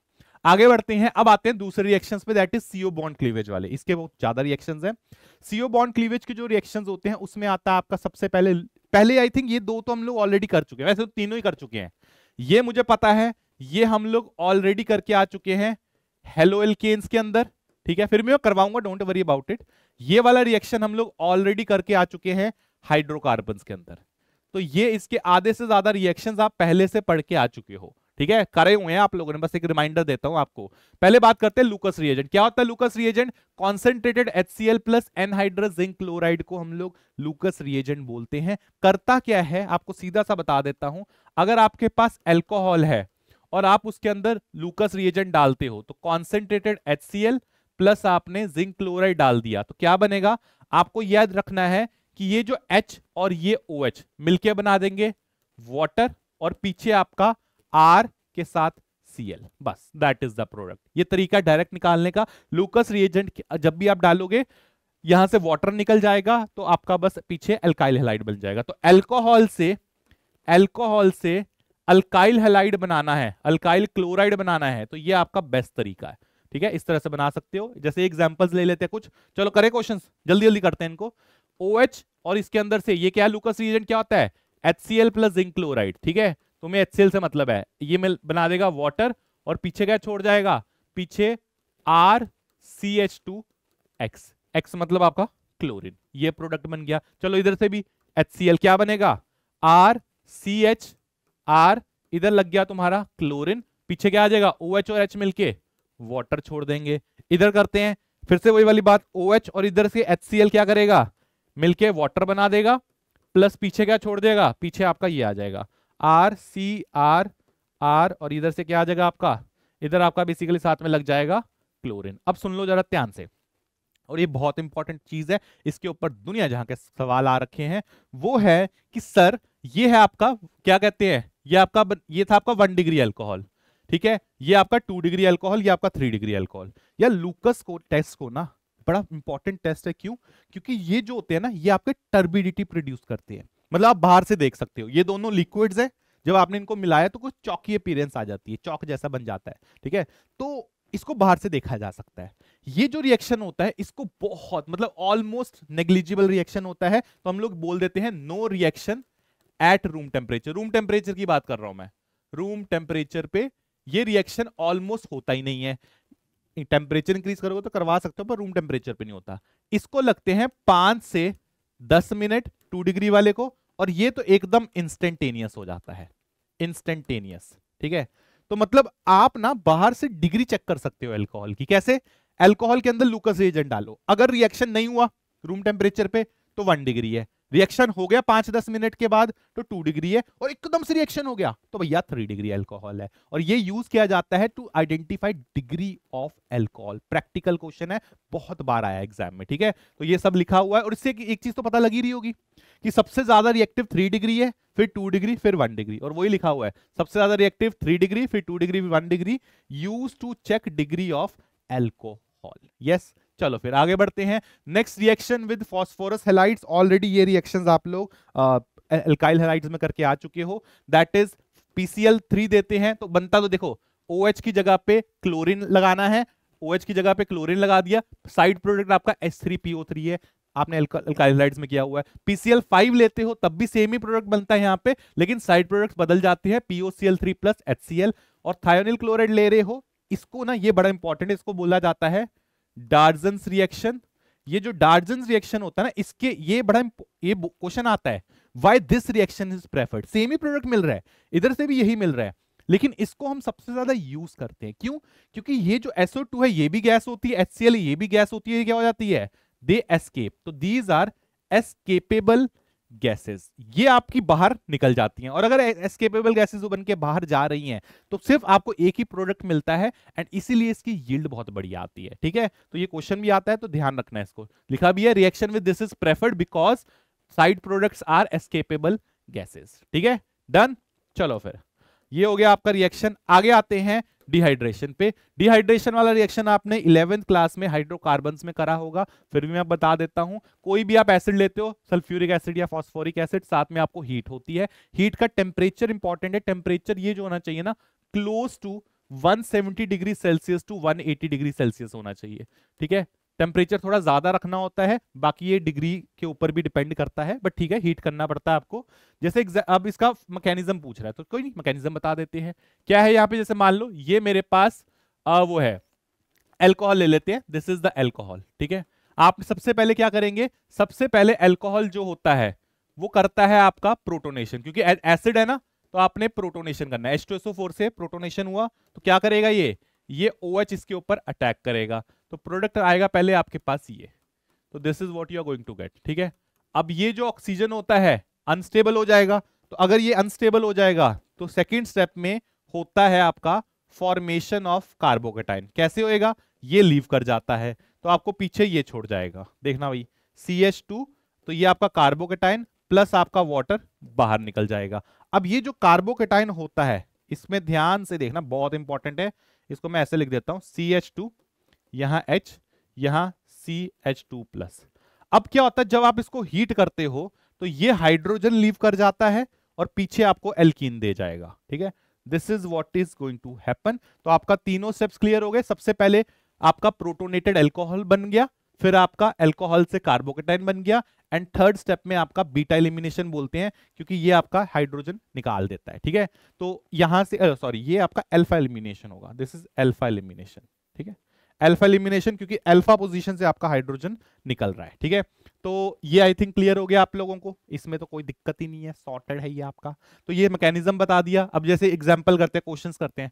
क्वेश्चंस करने का तरीका बड़ा सॉर्टेड है, बनाना कार्बोकेटाइन है और हीट कर देना है। यहां पे क्या, ये अभी बताया मैंने, H2SO4 था आपका, तो क्या करेंगे, इसको हटा के कार्बोकेटाइन बनाया करो। मैं तरीका बताता हूं, ये CH3 CH2 कार्बोकेटाइन बना, और साथ वाले से हाइड्रोजन को रिमूव करना है। साथ वाले हाइड्रोजन को रिमूव करोगे तो आपको ये प्रोडक्ट मिल जाएगा। डायरेक्ट किया करो ये, ठीक है, कार्बोकेटाइन बना के डायरेक्ट प्रोडक्ट, तो ये आपका आंसर आ जाएगा, ठीक है। ये आ गया पहला। आगे बढ़ते फिर से, इसमें भी क्या करेंगे, कार्बोकेटाइन बनाएंगे। कार्बोकेटाइन बनाया तो ये आ गया CH3, इधर आ गया CH2H ले लेते हैं, ये कार्बोकेटाइन आ गया, एक H इस पे पहले से था। फिर क्या करेंगे, इसको हटा यहां पे लेके आएंगे तो प्रोडक्ट मिल जाएगा CH3 CH double bond CH2, तो प्रोपीन बन गया आपका। ठीक है, इधर आ जाओ, फिर से वही वाली बात, इसको हटाएंगे, कार्बोकेटाइन बनाएंगे तो ये आ गया कार्बोकेटाइन CH3, इधर CH2H ले लेता हूं, इसको CH3 ले लेता हूं, ये प्लस क्या हो जाएगा, ये हाइड्रोजन इधर आ जाएगा, हटा के हट जाएगा तो ये आ गया CH3, इधर आ गया CH2, इधर आ गया CH3, तो ये प्रोडक्ट बन गया आपका। तो प्रोडक्ट बनाने का तरीका वही है, कार्बोकेटाइन बना के, अगर रीअरेंज कर सकता करवा देना, सबसे स्टेबल कार्बोकेटाइन बना के आपको बस उसका अल्फा हाइड्रोजन रिमूव करना है। ठीक है, तो ये हो गया। रिएक्टिविटी ऑर्डर दिख ही रहा होगा 3 2 1, कैसे देखो जरा, जैसे जैसे ये आपका कौन सा अल्कोहल था, ये आपका 1 डिग्री अल्कोहल था, ये आपका 2 डिग्री अल्कोहल था, ये आपका 3 डिग्री अल्कोहल था। तो जैसे जैसे ऊपर से नीचे आ रहे हो तो क्या तुम्हें एक चीज दिख रही है कि कंडीशंस कम होती जा रही हैं। यहाँ 85 डिग्री सेल्सियस, यहाँ 170, यहाँ 180, मतलब टेम्परेचर कम रिक्वायर्ड है, क्योंकि रिएक्टिव कार्बोकेटाइन है और 3 डिग्री कार्बोकेटाइन सबसे ज्यादा स्टेबल होता है। क्यों होता है ये order, this is due to carbocation. Carbocation stability तो हम लोग जानते ही है ना, तो कार्बोकेटाइन जितना ज्यादा स्टेबल होगा रिएक्शन उतना जबरदस्त होगा, और आप देख ही रहे हो कार्बोकेटाइन यहाँ पे बन रहा है। ठीक है, चलो फिर आगे आते हैं ऑक्सीडेशन वाले मेथड्स पे। अब देखो यार, ऑक्सीडेशन के भी क्वेश्चंस इंपॉर्टेंट है, इसको जस्ट हाइड्रोजन वाले तरीके से। अब वहां पे हम लोग क्या करते थे, रिडक्शन में हाइड्रोजन ऐड करते थे, या हम लोग हाइड्रोजन हटाएंगे। तो आपको एक हाइड्रोजन यहां से हटाया, एक हाइड्रोजन यहां से हटाया, तो हाइड्रोजन हटा देना है। अब क्या करना है, इसका भी एक बॉन्ड कम हुआ, इसका भी एक बॉन्ड कम हुआ, तो दोनों के बॉन्ड को इसके बीच में इंट्रोड्यूस कर दिया करो, तो प्रोडक्ट जो बनेगा वो आपका ऐसा बनेगा, this is the product. Hydrogen हटा के बॉन्ड लगाना है, सिर्फ ये याद रखना, हाइड्रोजन 2 हटा दो और एक डबल बॉन्ड लगा दो। ठीक है, तो यहां पे करते हैं जैसे वही हरकत, देखो जरा, ये हमारे पास 1 डिग्री अल्कोहल, तो एक हाइड्रोजन यहां से हटाया, एक हाइड्रोजन यहां से हटाया, और इसके बीच में बॉन्ड लग जाएगा। ठीक है, तो क्या प्रोडक्ट क्या आएगा, यहां पे आपके पास आ रहा है R या CH, या इसको थोड़ा खोल के लिख देता हूं C, इधर आ गया आपके पास, इनके साथ डबल बॉन्ड हो तो डबल बॉन्ड हो, ये आ गया H, ये क्या बन गया, ये बन गया एल्डिहाइड। तो कभी भी जिंदगी में आप 1 डिग्री अल्कोहल को, और ये माइल्ड ऑक्सीडाइजिंग एजेंट लेना भी बता दूंगा, माइल्ड स्ट्रॉन्ग कौन से हैं, माइल्ड ऑक्सीडाइजिंग एजेंट देते हो तो आपका एल्डिहाइड बन जाता है। ठीक है, आगे, लेकिन अगर सर स्ट्रॉन्ग हो जाए, अगर स्ट्रॉन्ग हो जाता है, मतलब यहां इसमें ही कोई स्ट्रॉन्ग दे दे, स्ट्रॉन्ग ऑक्सीडाइजिंग एजेंट, तो ये क्या करता है, ये फर्दर आपका कार्बोक्सिलिक एसिड में, मतलब ऑक्सीजन ऐड हो रहा है ना, तो ये एल्डिहाइड से एसिड बन जाता है। ठीक है, और अगर कोई बोले कि सर डायरेक्ट हमने 1 डिग्री अल्कोहल में ही स्ट्रॉन्ग ऑक्सीडाइजिंग एजेंट बन गया, तो ये डायरेक्ट आपको कार्बोक्सिलिक एसिड दे देगा। तो ये इंपॉर्टेंट है कि कभी भी जिंदगी में आपके पास एसिड अल्कोहल है, अल्कोहल के अंदर माइल्ड दोगे तो एल्डिहाइड बनता है, स्ट्रॉन्ग ऑक्सीडाइजिंग एजेंट दोगे तो कार्बोक्सिलिक एसिड बनेगा। कौन से माइल्ड कौन से स्ट्रॉन्ग है बता दूंगा आपको। अगर यहां पे बात करते हैं कीटोन, तो ये आ गया आप 2 डिग्री अल्कोहल, 2 डिग्री अल्कोहल में चाहे माइल्ड दो चाहे स्ट्रॉन्ग दो फर्क नहीं पड़ता है, दोनों केस में प्रोडक्ट वही है, एक हाइड्रोजन यहां से रिमूव करेंगे, एक यहां से रिमूव करेंगे, बीच में ऑक्सीजन लगा देंगे, तो RC, इधर आ गया डबल बॉन्ड हो, इधर आ गया R। ठीक है, तो यहां पे इनके बीच में डबल बॉन्ड लगा दिया मैंने, तो ये क्या बन गया, कीटोन। तो कभी भी जिंदगी में 2 डिग्री अल्कोहल को ऑक्सीडाइज करोगे, चाहे स्ट्रॉन्ग हो चाहे वीक हो, it will give you ketone. और 3 डिग्री में बात करें, 3 डिग्री में सर एक ही हाइड्रोजन है हमारे पास, एक ही हाइड्रोजन है, दूसरा है ही नहीं, तो इसका क्या है, यहां पे आप लिखोगे नो रिएक्शन। तो 3 डिग्री का हम लोग कोई भी रिएक्शन नहीं मानेंगे, 3 डिग्री अल्कोहल जो आपका है उसको स्पेशली नॉर्मल टेम्परेचर्स पे ऑक्सीडाइज करना मुश्किल हो जाता है। ठीक है, अब आपके मन में एक सवाल होगा, सर कौन सा स्ट्रॉन्ग है कौन सा वीक है, सीधा सीधा डायरेक्ट क्वेश्चन है, तो कौन सा स्ट्रॉन्ग कौन सा वीक है कैसे करेंगे, तो भाई सीधी सी बात है, यहाँ पे मैंने लिख दी है, स्ट्रॉन्ग ऑक्सीडाइजिंग एजेंट्स आपके कौन से, एसिडिफाइड KMnO4 होगा, या फिर आपके पास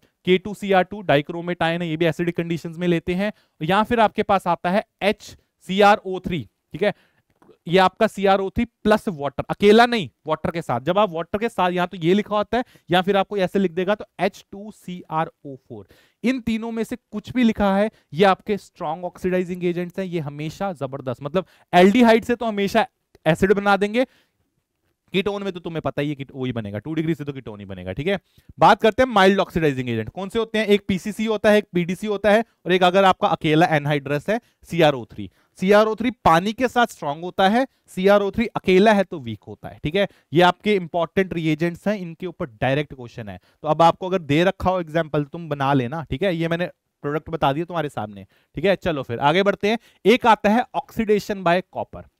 कॉपर तीनों को ही ऑक्सीडाइज कर सकता है, लेकिन थोड़ा अलग तरीके से करता है। पहला तो सेम ही है, 1 डिग्री अगर अल्कोहल है तो आपको एल्डिहाइड मिलेगा, ये हम लोग जानते ही हैं ऑलरेडी। ठीक है, अगर आपका 2 डिग्री अल्कोहल है तो आपको वो कीटोन देगा। मुझे लगता है इसमें तो कोई दिक्कत नहीं आनी चाहिए, इसमें तो कोई दिक्कत नहीं आनी चाहिए, तो अभी अभी हमने पढ़ा। लेकिन अगर तुम्हारे पास 3 डिग्री अल्कोहल है तो यहां पहले नॉर्मल तो कोई रिएक्शन नहीं होता, पर कॉपर के साथ रिएक्शन करवाया जा सकता है। क्या मिलता है, तुम्हें क्या करना है, इसमें से डिहाइड्रेशन करनी है, वाटर निकलेगा। वाटर कैसे निकलेगा, OH यहां पे है, तुम इसको ऐसे लिखो CH2H, H यहां से, OH और H मिलके क्या बना देंगे, वाटर, और पीछे क्या छोड़ देंगे, यहां से बॉन्ड टूटा, यहां से बॉन्ड टूटा, यहां पे एक बॉन्ड आ जाएगा। तो ये आपको प्रोडक्ट मिल जाएगा, प्लस आपका वाटर बाहर निकल के आ जाएगा। I hope this is clear to everyone. ठीक है, कॉपर के रिएक्शंस याद रखना। आगे बढ़ते हैं। अब हो गया आपका अल्कोहल्स खत्म, अब बात करते हैं भाई टॉडे फिनॉल्स की। फिनॉल्स जो होते हैं इनके 2-3 नाम हैं। इसको कार्बोक्सिलिक एसिड भी कार्बोलिक एसिड भी बोला जाता है, इसको आप हाइड्रोक्सीबेंजीन भी बोल सकते हो। हम सबसे ज्यादा कॉमन नेम जो बोलते हैं दैट इज फिनॉल्स। ठीक है, ये फिनॉल है, लिखा भी है it is generally prepared from benzene derivatives. अगर मैं फिनॉल की बात करूं, इंपॉर्टेंट चीज ये है कि इसका जो ग्रुप होता है, ये जो OH ग्रुप है, ये तो आप आई थिंक तुम लोग अब तक जानते होंगे, इट इज +M ग्रुप। ये तो पता होगा, GOC इतना तो पढ़ लिया आप लोगों ने। तो ये +M ग्रुप होता है। +M ग्रुप मतलब क्या होता है, it is going to be activating group. ये एक एक्टिवेटिंग ग्रुप होता है। अभी थोड़ी देर में इसका रिएक्शन देखेंगे, एक्टिवेटिंग ग्रुप। ठीक है, देखेंगे इसको, पर पहले काम करते हैं, पहले इसको प्रिपेयर कर लेते हैं। सबसे पहला रिएक्शन है फ्रॉम हेलो एल्केन, जिसको डाउस प्रोसेस बोला जाता है। आपके पास एक कोई भी आप ले सकते हो, हेलो एरीन लिया आपने, क्या किया इसको हमने, इसके अंदर हमने NaOH दिया, तो ये क्या करता है, ये Na+ है, ये OH- है। ये क्या करेगा, ये OH बेसिकली इसको रिप्लेस कर देगा। लेकिन एक चीज का ध्यान रखना, ठीक है, ये ऐसे दिखा, मैंने डायरेक्ट दिखा तो दिया, लेकिन इस तरह से होता नहीं है। आप ऐसे सोचो, ये X की जगह पे ये OX आ गया, ठीक है, ये OH आ गया, लेकिन क्योंकि कंडीशंस बेसिक हैं तो आपका पहले बनता है आपका सोडियम फिनॉक्साइड, और एक बार ये बन गया, फिर आप इसमें एसिड डालते हो, कोई भी डाल दो, एसिड डाल के आपका क्या बन जाएगा, लास्ट में फिनॉल बन जाएगा। ठीक है, तो ये इंपॉर्टेंट है, क्योंकि यहां पे कंडीशंस कैसी हैं, बेसिक कंडीशंस है। तो बेसिक कंडीशंस में फिनॉल जो होता है वो फिनॉल के जैसे काम नहीं कर सकता, वो फिनॉक्साइड आयन बन जाता है। तो this is called phenoxide ion. ठीक है, फिनॉक्साइड आयन से आपको फिनॉल बनाना है तो एसिड डालना पड़ेगा। तो ये एक तरीका है, इसको बोलते हैं डाउस प्रोसेस। कंडीशंस इंपॉर्टेंट है, 350 डिग्री सेल्सियस एंड 300 ATM पे आपका होता है। इंडस्ट्रियल मेथड है फिनॉल बनाने का। और देखते हैं, then it is from diazonium chloride. अब देखो यार, ये होता है आपका एनिलीन। एनिलीन के अंदर अगर आप डालते हो ये NaNO2+ HCl, तो ये बनाता है ये कंपाउंड, ये आ गया आपका। ठीक है, दिस इज योर, इसको बोला जाता है Toda benzene diazonium chloride. This is called benzene diazonium chloride. आगे जाके इसके बहुत सारे रिएक्शंस आप लोग देखने वाले हैं, कहीं ना कहीं आपने पहले भी देखे होंगे। ठीक है, और भी हम लोग आगे देखेंगे, एंड उसमें अमोनिया वाले चैप्टर में, नाइट्रोजन वाले चैप्टर में। तो ये आ गया BDC। BDC के अंदर अगर आप पानी डालते हो तो ये BDC क्या करता है, इसको अब तरीका यही है कि पानी के अंदर नेगेटिव आयन OH होता है, आप इस OH को इसकी जगह पे ले आओ, तो प्रोडक्ट जो बनता है finally that is your phenol. तो इस तरह से अपन क्या कर सकते हैं, फिनॉल को बना सकते हैं। इंपॉर्टेंट चीज ये है कि जो अब आप BDC बनाते हो, टेम्परेचर बहुत कम चाहिए होता है, 0 से 5 डिग्री सेल्सियस आपको टेम्परेचर चाहिए। तो ये तरीके से भी आप फिनॉल बना सकते हो। और क्या सर, और है फ्रॉम यहां पे ओलियम के साथ रिएक्शन। तो आपने बेंजीन लिया, बेंजीन के साथ अगर आप ओलियम लेते हो, ओलियम क्या होता है, H2, वैसे तो H2SO4 + SO3 के कॉम्बिनेशन को बोलते हैं। कुछ लोग इसको H2S2O7 भी बोल देते हैं। दोनों कुछ भी लिखा हो सकता है इन तीनों में से, कुछ भी लिखा हो तो प्रोडक्ट क्या बनेगा, प्रोडक्ट बनेगा भैया आपका SO3H। इसके अंदर फिर वही वाली बात, पहले आपने NaOH डाला, फिर आपने एसिडिफाई करा, तो यहां से क्या मिल जाएगा, यहां से आपको डायरेक्टली फिनॉल मिल जाएगा। ठीक है, अगर आपको बेंजीन से फिनॉल बनाना है तो ये भी एक तरीका है इसको बनाने का। एक इंपॉर्टेंट रिएक्शन है, ये बनाने का तरीका तो नहीं है, but this is important reaction. ठीक है, ये एक इंपॉर्टेंट रिएक्शन है, NCERT में दे रखा है, इसलिए मैं बता देता हूं। यहीं पे अगर आप ओलियम वाला तो मैंने ऑलरेडी बता दिया, क्या बना आपका SO3H बना। अब इसको बोलते हैं बेसिक हाइड्रोलिसिस, ठीक है, दिस इज बेसिक हाइड्रोलिसिस। ये जो करा आपने एसिड के साथ जब आप करते हो, इसको बोलते हैं एसिडिक हाइड्रोलिसिस। अगर आप एसिडिक हाइड्रोलिसिस कर रहे हो तो ध्यान इस चीज का रखना, ये पूरा ग्रुप ही गायब हो जाता है, वापस से आपको बेंजीन मिल जाता है, ठीक है। ये रिएक्शन दे रखा है इसलिए मैंने तुम्हें करवा दिया। अगर कभी ओलियम मतलब बेंजीन, इसको बोला जाता है BDC, benzene sulphonic acid, this is benzene sulphonic acid. तो अगर बेंजीन सल्फोनिक एसिड की बेसिक हाइड्रोलिसिस करते हो तो फिनॉल बनता है, अगर एसिडिक हाइड्रोलिसिस करते हो तो बेंजीन मिलता है, बस ये दिमाग में रखना, ठीक है। आगे बढ़ते हैं, from cumene, this is the also an industrial method, और इसके ऊपर क्वेश्चन कई बार आए हैं स्पेशली इंटरमीडिएट के ऊपर। सबसे पहले आपका क्यूमीन, क्यूमीन होता है ये आइसोप्रोपाइल बेंजीन, ये स्ट्रक्चर इंपॉर्टेंट है, इसको क्यूमीन बोलते हैं, कॉमन नेम क्यूमीन है। क्यूमीन के अंदर अगर आप ऑक्सीजन डालते हो तो बस तुम्हें ऐसा सोचना है, ऑक्सीजन को ना ऐसे, ये ऑक्सीजन होता है, ठीक है, तुम्हें क्या करना है, इसका एक बॉन्ड तोड़ना है और इसको यहां इस पोजीशन पे अटैच करना है, तो क्या हो जाएगा, आई थिंक मुझे ये मिल जाएगा, देखना भाई, ये मिल गया आपको ऑक्सीजन, ऑक्सीजन मतलब यहां पे एक्चुअल में एक हाइड्रोजन भी तो होगा, ठीक है, एक हाइड्रोजन होगा। तो आप क्या सोचा करो, आपने ये जो ऑक्सीजन है, ये ऑक्सीजन जो है, इसको इसके बीच बॉन्ड में इंसर्ट कर दिया, तो ये आपका क्या बन जाएगा, ये बन गया, ठीक है। इसको बोलते हैं क्यूमीन हाइड्रोपेरोक्साइड, क्योंकि पेरोक्साइड ग्रुप आपने इसके अंदर ऐड कर दिया। इसके अंदर जब तुम एसिडिक हाइड्रोलिसिस करते हो, यहां स्टेप बड़ा इंपॉर्टेंट है, जब तुमने क्यूमीन हाइड्रोपेरोक्साइड की एसिडिक हाइड्रोलिसिस करी तो प्रोडक्ट क्या मिलेगा, उसको तरीका देखो, OH और ये मिलके बना देंगे टोडा फिनॉल, ये बना देंगे आपका फिनॉल, प्लस पीछे क्या बचा, पीछे बचा सर हमारा ये कंपाउंड, यहां से क्या बन जाएगा, यहां से बन जाएगा टोडा एसीटोन। तो इधर बन गया आपका फिनॉल और उधर बन गया आपका एसीटोन। इसके ऊपर भी कई बार क्वेश्चन आए हैं, इसके ऊपर भी कई बार क्वेश्चन आए हैं, तो ध्यान रखना है इसके ऊपर, ये इसको इंडस्ट्रियल मेथड है फिनॉल बनाने का, ठीक है।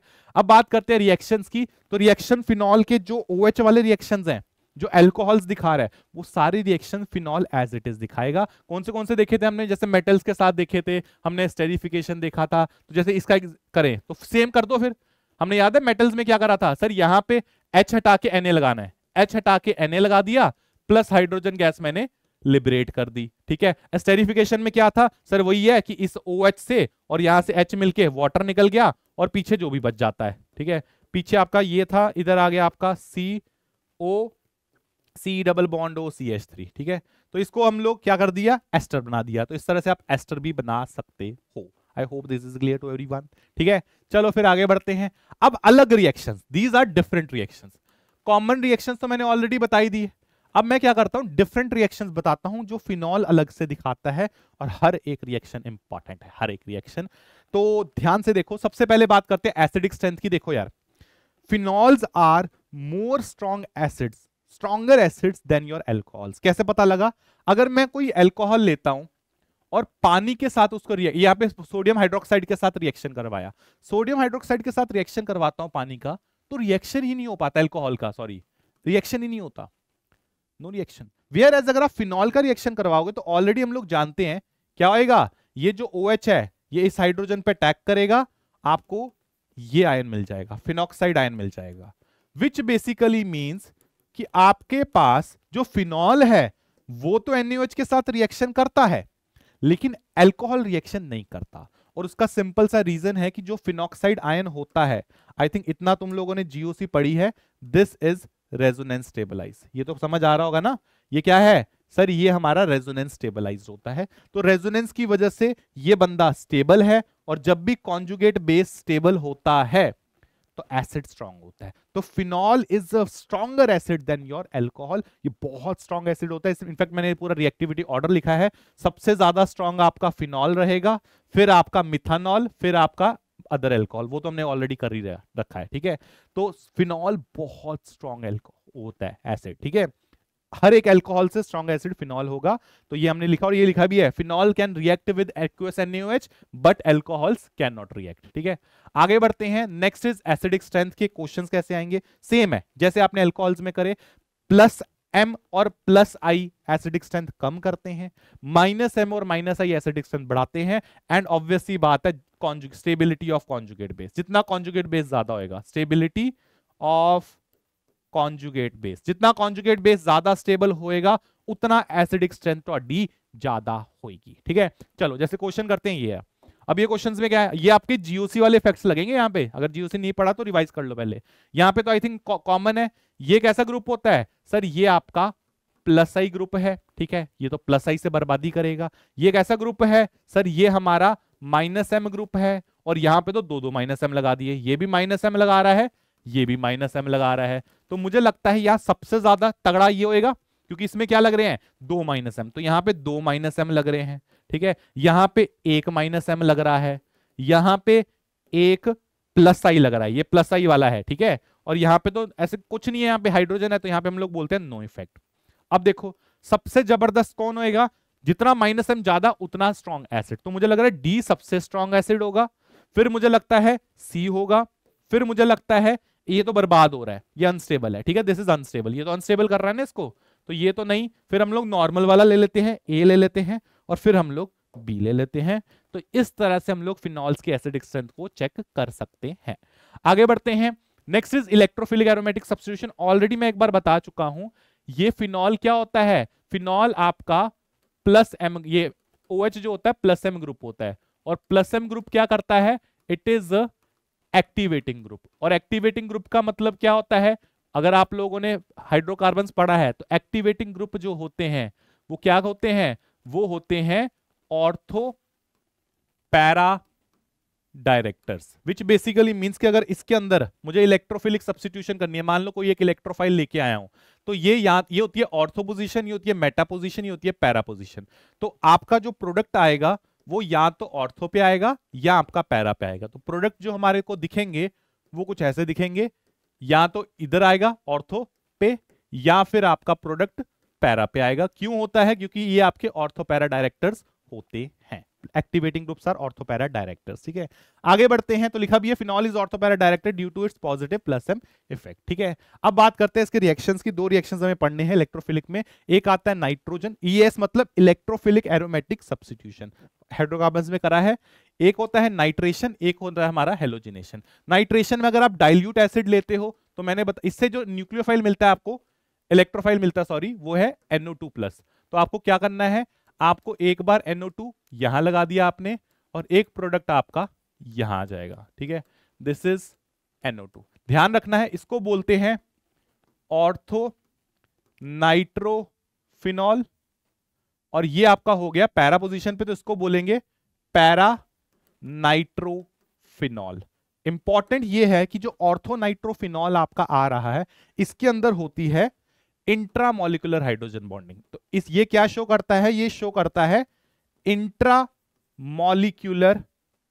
हाइड्रोजन बॉन्डिंग, जो कि मतलब इसके मॉलिक्यूल के अंदर ही हो रही है। वेयरस पैरा में क्या होता है, पैरा अपने जैसों के साथ ही करता है। ठीक है, अगर और कोई होगा इस तरह से तो अपने जैसों के साथ ही ये करेगा। ठीक है, अपने जैसों के साथ, तो इसको बोलते हैं inter molecular hydrogen bonding, intermolecular hydrogen bonding. तो एक अपने साथ कर रहा है, अपने अंदर ही कर रहा है, एक डिफरेंट मॉलिक्यूल्स के साथ कर रहा है। ये हमने ऑलरेडी हाइड्रोजन बॉन्डिंग में कर रखा है।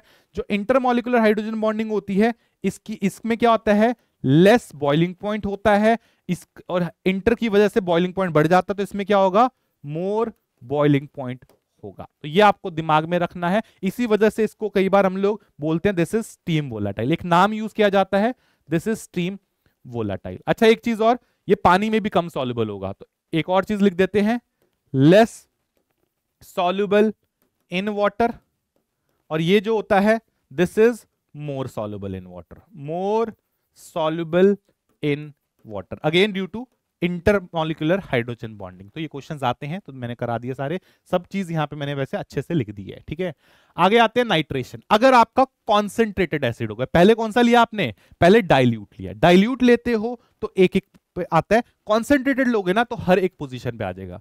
तो यहां पे आपका OH है, ये आ गया आपका NO2, ये आ गया आपका NO2, ये आ गया आपका NO2। इसको बोला जाता है आई थिंक 2,4,6 ट्राई नाइट्रो, ये हो गया 2,4,6, ये बन गया ट्राई नाइट्रोफिनॉल। इसको प्यार से हम लोग बोलते हैं picric acid. Picric acid and it is a very strong acid, very strong acid. Generally organic acid इतने स्ट्रॉन्ग होते नहीं है, पर ये बहुत स्ट्रॉन्ग है। क्यों? क्योंकि 3 माइनस एम ग्रुप लगे हुए हैं इस पे, ठीक है। तो 2,4,6 ट्राइनाइट्रोफिनॉल बन जाएगा अगर आप कॉन्सेंट्रेटेड HNO3 लेते हो। आगे बात करते हैं हेलोजिनेशन में। अगेन अगर आपके पास कोई जैसे CS2 जैसा सॉल्वेंट है, CCl4 जैसा सॉल्वेंट है, ठीक है, मतलब नॉन पोलर टाइप्स के जनरली, तो ये आपके फिर वही वाली बात, आपको मिलेगा एक बार ऑर्थो प्रोडक्ट मिलेगा और एक बार आपको क्या मिलेगा, एक बार आपको मिलेगा पैरा प्रोडक्ट, ठीक है। एक ऑर्थो एक पैरा, अगर आपका सिंगल मतलब इस टाइप का CS2 है या CCl4 है इस टाइप के। लेकिन अगर आपके पास पानी आता है, यहां पे लिखिए when the reaction is carried out in solvents of low polarity such as, आप क्लोरोफॉर्म ले सकते हो, CCl4 ले सकते हो, तो क्या हो जाएगा मोनोब्रोमो, एक प्रोडक्ट, मतलब ये क्या है एक एक ब्रोमीन लगता है। लेकिन अगर आप पानी ले लेते हो, पानी में क्या होता है, पानी में, पानी के साथ ऑलरेडी रिएक्शन मैंने बता दिया, दैट इज पानी में ये बंदा किस में कन्वर्ट होता है सर, पानी के साथ रिएक्शन करके ये बनाता है आपका फिनॉक्साइड, ये फिनॉक्साइड आयन बन जाएगा पानी के साथ रिएक्शन करके, है ना। तो ये जो होता है ये बहुत ज्यादा एक्टिवेटिंग होता है। तो इसमें क्या होता है, इसमें ट्राइब्रोमो प्रोडक्ट बनता है। तो यहां पे आपको ट्राइब्रोमो प्रोडक्ट मिलेगा, दैट इज ये आपका वही, साथ में पानी तो है ही है, तो ये आपका लास्ट में OH, यहां पे आ गया आपका ब्रोमीन, यहां आ गया ब्रोमीन, यहां आ गया ब्रोमीन। तो क्वेश्चन आता है कि ब्रोमीन इन, इसको बोला जाता है ब्रोमीन वाटर, कई बार इसको ऐसे ब्रोमीन वाटर लिख देगा, ब्रोमीन वाटर। तो ब्रोमीन वाटर के साथ आपको ट्राइब्रोमो प्रोडक्ट मिलता है, और ब्रोमीन अगर CCl4 वगैरह में होता है तो मोनोब्रोमो प्रोडक्ट मिलता है। क्यों? क्योंकि यहां पे आपका बनता है phenoxide ion which is very strong activating group, phenoxide ion बनता है जो कि बहुत ज्यादा एक्टिवेटिंग होता है, ठीक है। तो वही यहां पे मैंने लिख दिया, it activates the benzene ring, ठीक है। आगे बढ़ते हैं, next is Rymer timer reaction. This is a name reaction, और मैं बता नहीं सकता हूं कितनी ज्यादा इंपॉर्टेंस है इसकी, मतलब भर भर के से ऊपर सवाल आए हैं, तो मेक श्योर आप इसको कर रहे हो। रिएजेंट जो इसमें आता है that is chloroform, this is chloroform plus your, generally हम लोग एल्कली लेते हैं प्लस NaOH लेते हैं, तो क्लोरोफॉर्म प्लस NaOH लेते हैं। आपको याद रखना है एंड प्रोडक्ट इसका जो होता है, ये रिएक्शन जब आप करते हो पूरा, तो एंड प्रोडक्ट में आपको मिलता है डाइक्लोरोकार्बिन, दिस इज डाइक्लोरोकार्बिन। और ये जो डाइक्लोरोकार्बिन होती है, दिस इज द इलेक्ट्रोफाइल जो रिएक्शन करता है। इसके ऊपर 1000 बार सवाल पूछे गए हैं कि बनता क्या है, आपका डाइक्लोरोकार्बिन बनता है, लिखा भी दिया मैंने, dichlorocarbene is the attacking electrophile, इससे आपको प्रोडक्ट मिलेगा। अब ये डाइक्लोरोकार्बिन रिएक्शन कैसे करता है, तो मैकेनिज्म देख लेते हैं। सबसे पहले ये आपका फिनॉल है, फिनॉल के साथ आपने डाला ये, ठीक है, तो होगा क्या, आपका डाइक्लोरोकार्बिन ना ऑर्थो पोजीशन पे जाके चिपक जाता है। फिर क्या कर रहे हैं, फिर ये जो क्लोरीन होते हैं इसको ये OH रिप्लेस करता है, इधर आपका OH आ जाएगा, एक बार OH आपका इधर आ जाएगा, तो क्या मिल गया, ये मिल गया। अब एक पोजीशन पे जो OH होता है, एक ही कार्बन पे अगर 2 OH लगते हैं, ये होते हैं अनस्टेबल, और ये क्या कर जाते हैं, डिहाइड्रेट कर जाते हैं। डिहाइड्रेट का मतलब इसमें से वाटर रिलीज हो जाएगा, तो एक H यहां से, एक OH यहां से, ये रिलीज हो जाएगा, तो क्या पीछे छोड़ जाएगा, पीछे आपका एल्डिहाइड बन जाएगा। और इसकी जब आप एसिडिफिकेशन कर देते हो तो लास्ट में मिलता है आपको, दिस इज ऑर्थो, दिख ही रहा होगा, ऑर्थो हाइड्रोक्सी बेंजल्डिहाइड। तो ये जो ऑर्थो हाइड्रोक्सी बेंजल्डिहाइड है, इसी को बोलते हैं हम लोग सैलिसिल एल्डिहाइड, बहुत ज्यादा इंपॉर्टेंट। आप डायरेक्ट इस रिएक्शन को याद रखना, फिनॉल के अंदर क्लोरोफॉर्म इन अल्कलाइन डाला आपने मीडियम में, तो आपको सैलिसिल एल्डिहाइड मिलता है, ठीक है। तो ये लिखा भी है, phenol when treated with chloroform gives you salicyl aldehyde, ठीक है। तो यहां पे क्वेश्चन कर लेते हैं, जैसे ये फिनॉल है, फिनॉल में आपने ये डाला क्लोरोफॉर्म प्लस NaOH, तो आई थिंक तुम्हें प्रोडक्ट दिख ही रही है, ये मिलेगा। लेकिन एक चीज और, ये क्वेश्चन थोड़ा सा टफ है, बट अगर आ जाए, अगर क्लोरोफॉर्म की जगह पे आप CCl4 लेते हो तो आपको सैलिसिल एसिड मिलता है, तो दिस इज सैलिसिलिक एसिड, ठीक है। अगर आपका फिनॉल की जगह पे अगर आपका CCl4 हो जाए, अगर क्लोरोफॉर्म है तो आपको सैलिसिल एल्डिहाइड मिलता है, ठीक है, तब वो तो मैकेनिज्म मैंने बता दिया। लेकिन अगर आपका CCl4 हो जाएगा तो it will give you acid, ठीक है। आगे बढ़ते हैं, नेक्स्ट इज, अच्छा एक राइमर टाइमर रिएक्शन का ना एक एप्लीकेशन आता है, आपका सैलिसिल एसिड बना दिया मैंने ऑलरेडी, ठीक है। सैलिसिल एसिड के अंदर अगर आप क्या कर दो, एसिटाइलेशन, दिस इज एसिटाइलेशन। कैसे होती है एसिटाइलेशन, कुछ नहीं, ये आपका ये कंपाउंड है, ठीक है, CH3 C डबल बॉन्ड हो, या आपके पास या ये भी ले सकते हो CH3। तो बेसिकली क्या है, ये बंदा इसके ऊपर अटैक करता है, ठीक है, और ये पूरा ग्रुप बाहर हो जाता है, ठीक है। तो ये पूरा ग्रुप बाहर हो जाएगा, तो यहां पे क्या हो जाएगा, यहां से आपका एसिटाइलेशन हो जाएगा, ठीक है। तो ये एसिटाइलेशन हो गया, ओ ये थोड़ा इसने अटैक इसके ऊपर किया, ये बाहर हो गया, तो यहां से क्या हो जाएगा O and then COCH3, COCH3। तो ये आपका क्या हो गया, इसको बोलते हैं एसिटाइलेशन। तो जब कभी आप सैलिसिलिक एसिड की एसिटाइलेशन करते हो तो आपको मिलता है एसिटाइल सैलिसिलिक एसिड, जिसको प्यार से बोला जाता है एस्पिरिन। और यही एस्पिरिन आपकी मेडिसिन है, जो कि आप लोग ऑलरेडी देखते हो, मतलब बहुत ज्यादा यूज होती है। जिन लोगों ने GTA खेली है वो तो पक्का ही जानते होंगे, है ना, चीट कोड था उसमें। But yes, this is the medicine, very very important, ये क्वेश्चन बना है बहुत बार, ठीक है। आगे बढ़ते हैं, next is Kolbe's reaction. Reagent use किया जाता है NaOH प्लस कार्बन डाइऑक्साइड। तो यहां पे क्या हो जाएगा, ये आपके पास क्या है, ये आपका फिनॉल है।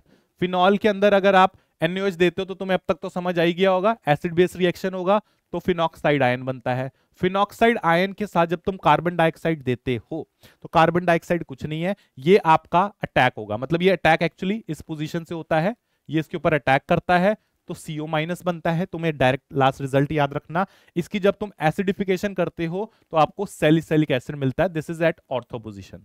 तो ऑर्थो सैलिसिलिक एसिड मिलता है, या आप डायरेक्ट रिजल्ट ही याद रखना कि अगर कभी फिनॉल में NaOH और CO2 देते हो तो आपको सैलिसिलिक एसिड मिलता है, दिस इज योर कॉल्बेज रिएक्शन, ठीक है। तो फिनॉक्साइड ये बता दिया मैंने। आगे बढ़ते हैं, next is reaction with zinc dust. Zinc dust के साथ बड़ा डायरेक्ट रिएक्शन है। जिंक क्या करता है, आपका यहां से ऑक्सीजन के साथ मिलके जिंक ऑक्साइड बनाता है, और पीछे तुम्हारा अगर ऑक्सीजन निकल गया तो पीछे हाइड्रोजन नहीं है, तो बेसिकली ये लिखो या फिर तुम बेंजीन लिखो, बात बराबर है। तो कभी जिंदगी में फिनॉल से तुम्हें बेंजीन बनाना है तो मुझे लगता है सिर्फ जिंक डस्ट के साथ उसका रिएक्शन करवा दो तो हो जाएगा, ठीक है। ये जिंक डस्ट के साथ रिएक्शन है। आगे बढ़ते हैं, दैट इज ऑक्सीडेशन। कभी भी हमारे पास सोडियम डाइक्रोमेट है इन H2SO4, देखो इसको बोला जाता है क्रोमिक एसिड, ठीक है, ये याद रखना, this is your chromic acid. Chromic acid के साथ अगर हम इसको देते हैं तो आपका ये कंपाउंड बनता है, थोड़ा सा यूनिक कंपाउंड है, this is known as benzoquinone. Benzoquinone, ठीक है। दिस इज आई थिंक एक तरह से देख रहे हो कॉन्जुगेटेड डाइकीटोन, दो कीटोन है और कॉन्जुगेशन में सारे, इसको बोला जाता है कॉन्जुगेटेड डाइकीटोन। डाइकीटोन, तो ये याद रखना है, this is a conjugated diketone. तो ये आप लोग यहां पे इस तरह से बना सकते हो। आई थिंक रिएक्शंस आपके फिनॉल के कवर हो ही गए, लिख भी दिया, which is a conjugated diketone, ठीक है। अब आते हैं लास्ट पे, that is your ethers. Ethers जो होते हैं, तीन पार्ट हो गए हमारे, इसके दो रिएक्शंस हम लोग देखेंगे। एमओपी देखते हैं, पहले तो डिहाइड्रेशन ऑफ अल्कोहल्स है, दूसरा आपका विलियमसन सिंथेसिस है। अगर मैं डिहाइड्रेशन ऑफ अल्कोहल की बात करूं, ऑलरेडी ये रिएक्शन कर चुके हैं, ये आपका अल्कोहल है, अल्कोहल की डिहाइड्रेशन करी थी ना H2SO4 के साथ 180 डिग्री सेल्सियस पे। यार जब तुम 180 डिग्री सेल्सियस पे करते हो, रिएक्शन हम ऑलरेडी कर चुके हैं, आपको याद है एल्कीन मिलता था, this is what we used to get, alkene मिलता था। लेकिन अगर इसी रिएक्शन को कम टेम्परेचर पे करो, 140 डिग्री सेल्सियस पे करो, तो उस केस में जो प्रोडक्ट मिलता है दैट इज एक्चुअली ईथर। उस केस में आपको ये प्रोडक्ट मिलता है। कैसे रिएक्शन होगा मैं बता देता हूं, लेकिन हाई टेम्परेचर पे एल्कीन बनता है, लो टेम्परेचर पे आपका ईथर बनता है। कैसे बना सर, दिखा दो एक बार मैकेनिज्म। तो ये लो, पहले स्टेप में वही है, पहले स्टेप में आपका क्या बनेगा सर, पहले हमारा इसके अंदर प्रोटोनेशन होएगा, जो पहले भी हो रहा था। प्रोटोन, अब ये अनस्टेबल है, ठीक है, क्या करेगा, इसके ऊपर अटैक होगा, किसका, आपके और अल्कोहल का। तो इसके ऊपर अपन क्या करेंगे, अटैक करेंगे, मैं नीचे कर देता हूं, ठीक है, यहां पे अटैक हो जाएगा अल्कोहल का, CH3 CH2, ये अल्कोहल है, ये अब क्या करेगा, इसके ऊपर अटैक करेगा, ये बंदा लीव कर जाएगा।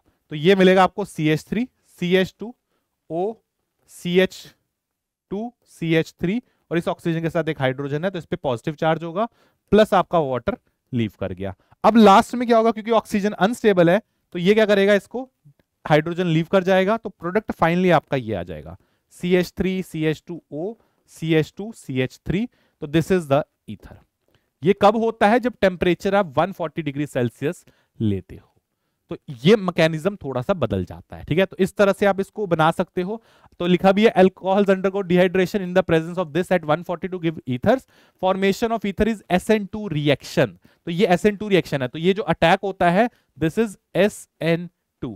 अगर ये SN2 अटैक हो रहा है तो ऑब्वियसली बात है SN2 का रिएक्टिविटी ऑर्डर क्या होता है, मिथाइल का सबसे ज्यादा, फिर 1 डिग्री, फिर 2 डिग्री, फिर 3 डिग्री। तो जितना कम ये डिग्री होगी, मतलब ये जो R ग्रुप है, ये जो R ग्रुप है इसकी डिग्री जितनी कम होगी उतना ही बढ़िया डिहाइड्रेशन होएगा, ठीक है। तो ये आपका हो गया। तो that is all about dehydration. आगे बढ़ते हैं Williamson synthesis. It is a name reaction, a very important reaction. ये आपका ईथर्स बनाने में काम आता है। क्या होता है, इसमें आपके पास कोई अल्कोक्साइड आयन होता है, ठीक है। This is the alkoxide ion.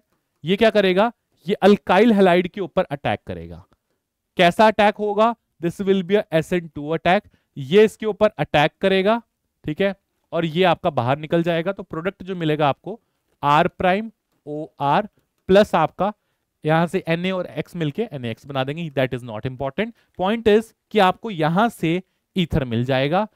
ये होता है आपका विलियमसन सिंथेसिस ऑफ ईथर। जैसे एग्जांपल लेते हैं, ये आपका O- है, ये O- इस पे अटैक करेगा, इसको बाहर करेगा, तो प्रोडक्ट मिल जाएगा C2H5। ये ऐसे लिख देता हूं, CH3 CH2O, और इसने इसके साथ अटैक करा तो CH3 मिल गया, ठीक है। प्लस आपका NaI लिखना चाहते हो तो लिख लो, साइड प्रोडक्ट है, इतनी इंपॉर्टेंस नहीं देनी इसको। ऑलराइट, चलो भाई, ये हो गया ਤੁਹਾਡਾ विलियमसन सिंथेसिस ऑफ ईथर। तो क्वेश्चंस करते हैं अब इसके ऊपर। देखो, क्योंकि ये SN2 अटैक है, इंपॉर्टेंट है, this is a SN2 attack. और SN2 का रिएक्टिविटी ऑर्डर ऑलरेडी मैंने बताया, मिथाइल होता है, फिर 1 डिग्री, फिर 2 डिग्री, फिर 3 डिग्री। तो इंपॉर्टेंट चीज ये है कि इनफैक्ट 3 डिग्री में तो प्रोडक्ट मिलता ही नहीं है। 3 डिग्री तो कभी रिएक्शन देगा ही नहीं। 3 डिग्री प्रेफर करता है आपका एलिमिनेशन रिएक्शन। ये भी पढ़ा था आप लोगों ने, E1 E2 रिएक्शन उसके अंदर हेलो एल्केन्स में। तो ये एलिमिनेशन रिएक्शंस प्रेफर करता है। तो दिमाग में एक चीज रखना कि SN2 रिएक्शन ऑलमोस्ट इसमें बेस्ट मिलता है, इनमें बेस्ट मिलता है, 2 में भी बहुत ही कम, वेरी लेस। तो 1 डिग्री होना चाहिए, मिथाइल होना चाहिए। मतलब जो आपका, ये किसकी बात कर रहा हूं, ये मैं अल्काइल हैलाइड की बात कर रहा हूं। अल्काइल हैलाइड जो होना चाहिए वो या तो मिथाइल होना चाहिए या 1 डिग्री होना चाहिए। अगर वो 2 या 3 डिग्री होगा तो रिएक्शन आपका एलिमिनेशन की तरफ चला जाता है। जैसे एग्जांपल लेता हूं, जैसे ये देखो, ये आपका क्या है, this is a methyl halide. Methyl halide है तो ये रिएक्शन दे देगा, it will give the reaction. क्यों, यहां पे इस पर अटैक करेगा, ये बाहर जाएगा, तो प्रोडक्ट आपको ये मिल जाएगा, CH3 CH3 CH3, इधर आ गया O, इधर आ गया CH3, ये प्रोडक्ट मिल जाएगा, ईथर मिल गया आपको। लेकिन अगर आपका हैलाइड यहां पे क्या है, ये है 3 डिग्री हैलाइड, 3 डिग्री हैलाइड में आपको SN2 रिएक्शन नहीं मिलेगा। यहां क्या होगा, यहां एक्चुअल में एलिमिनेशन होता है। तो इसको ऐसे लिख लो, CH2H करेगा क्या, आपका जो ये ऑक्सीजन है ये इसके ऊपर अटैक करेगा, तो ये तो बन गया भाई आपका अल्कोहल, ये तो ये बन गया। प्लस इधर क्या हो जाएगा, ये बॉन्ड इधर शिफ्ट करा, ये आपका बाहर निकल गया, तो इधर से मुझे क्या मिल रहा है, इधर से मुझे एक्चुअल में CH3 CH2 और ये आ गया CH3, ये एल्कीन मिल गया।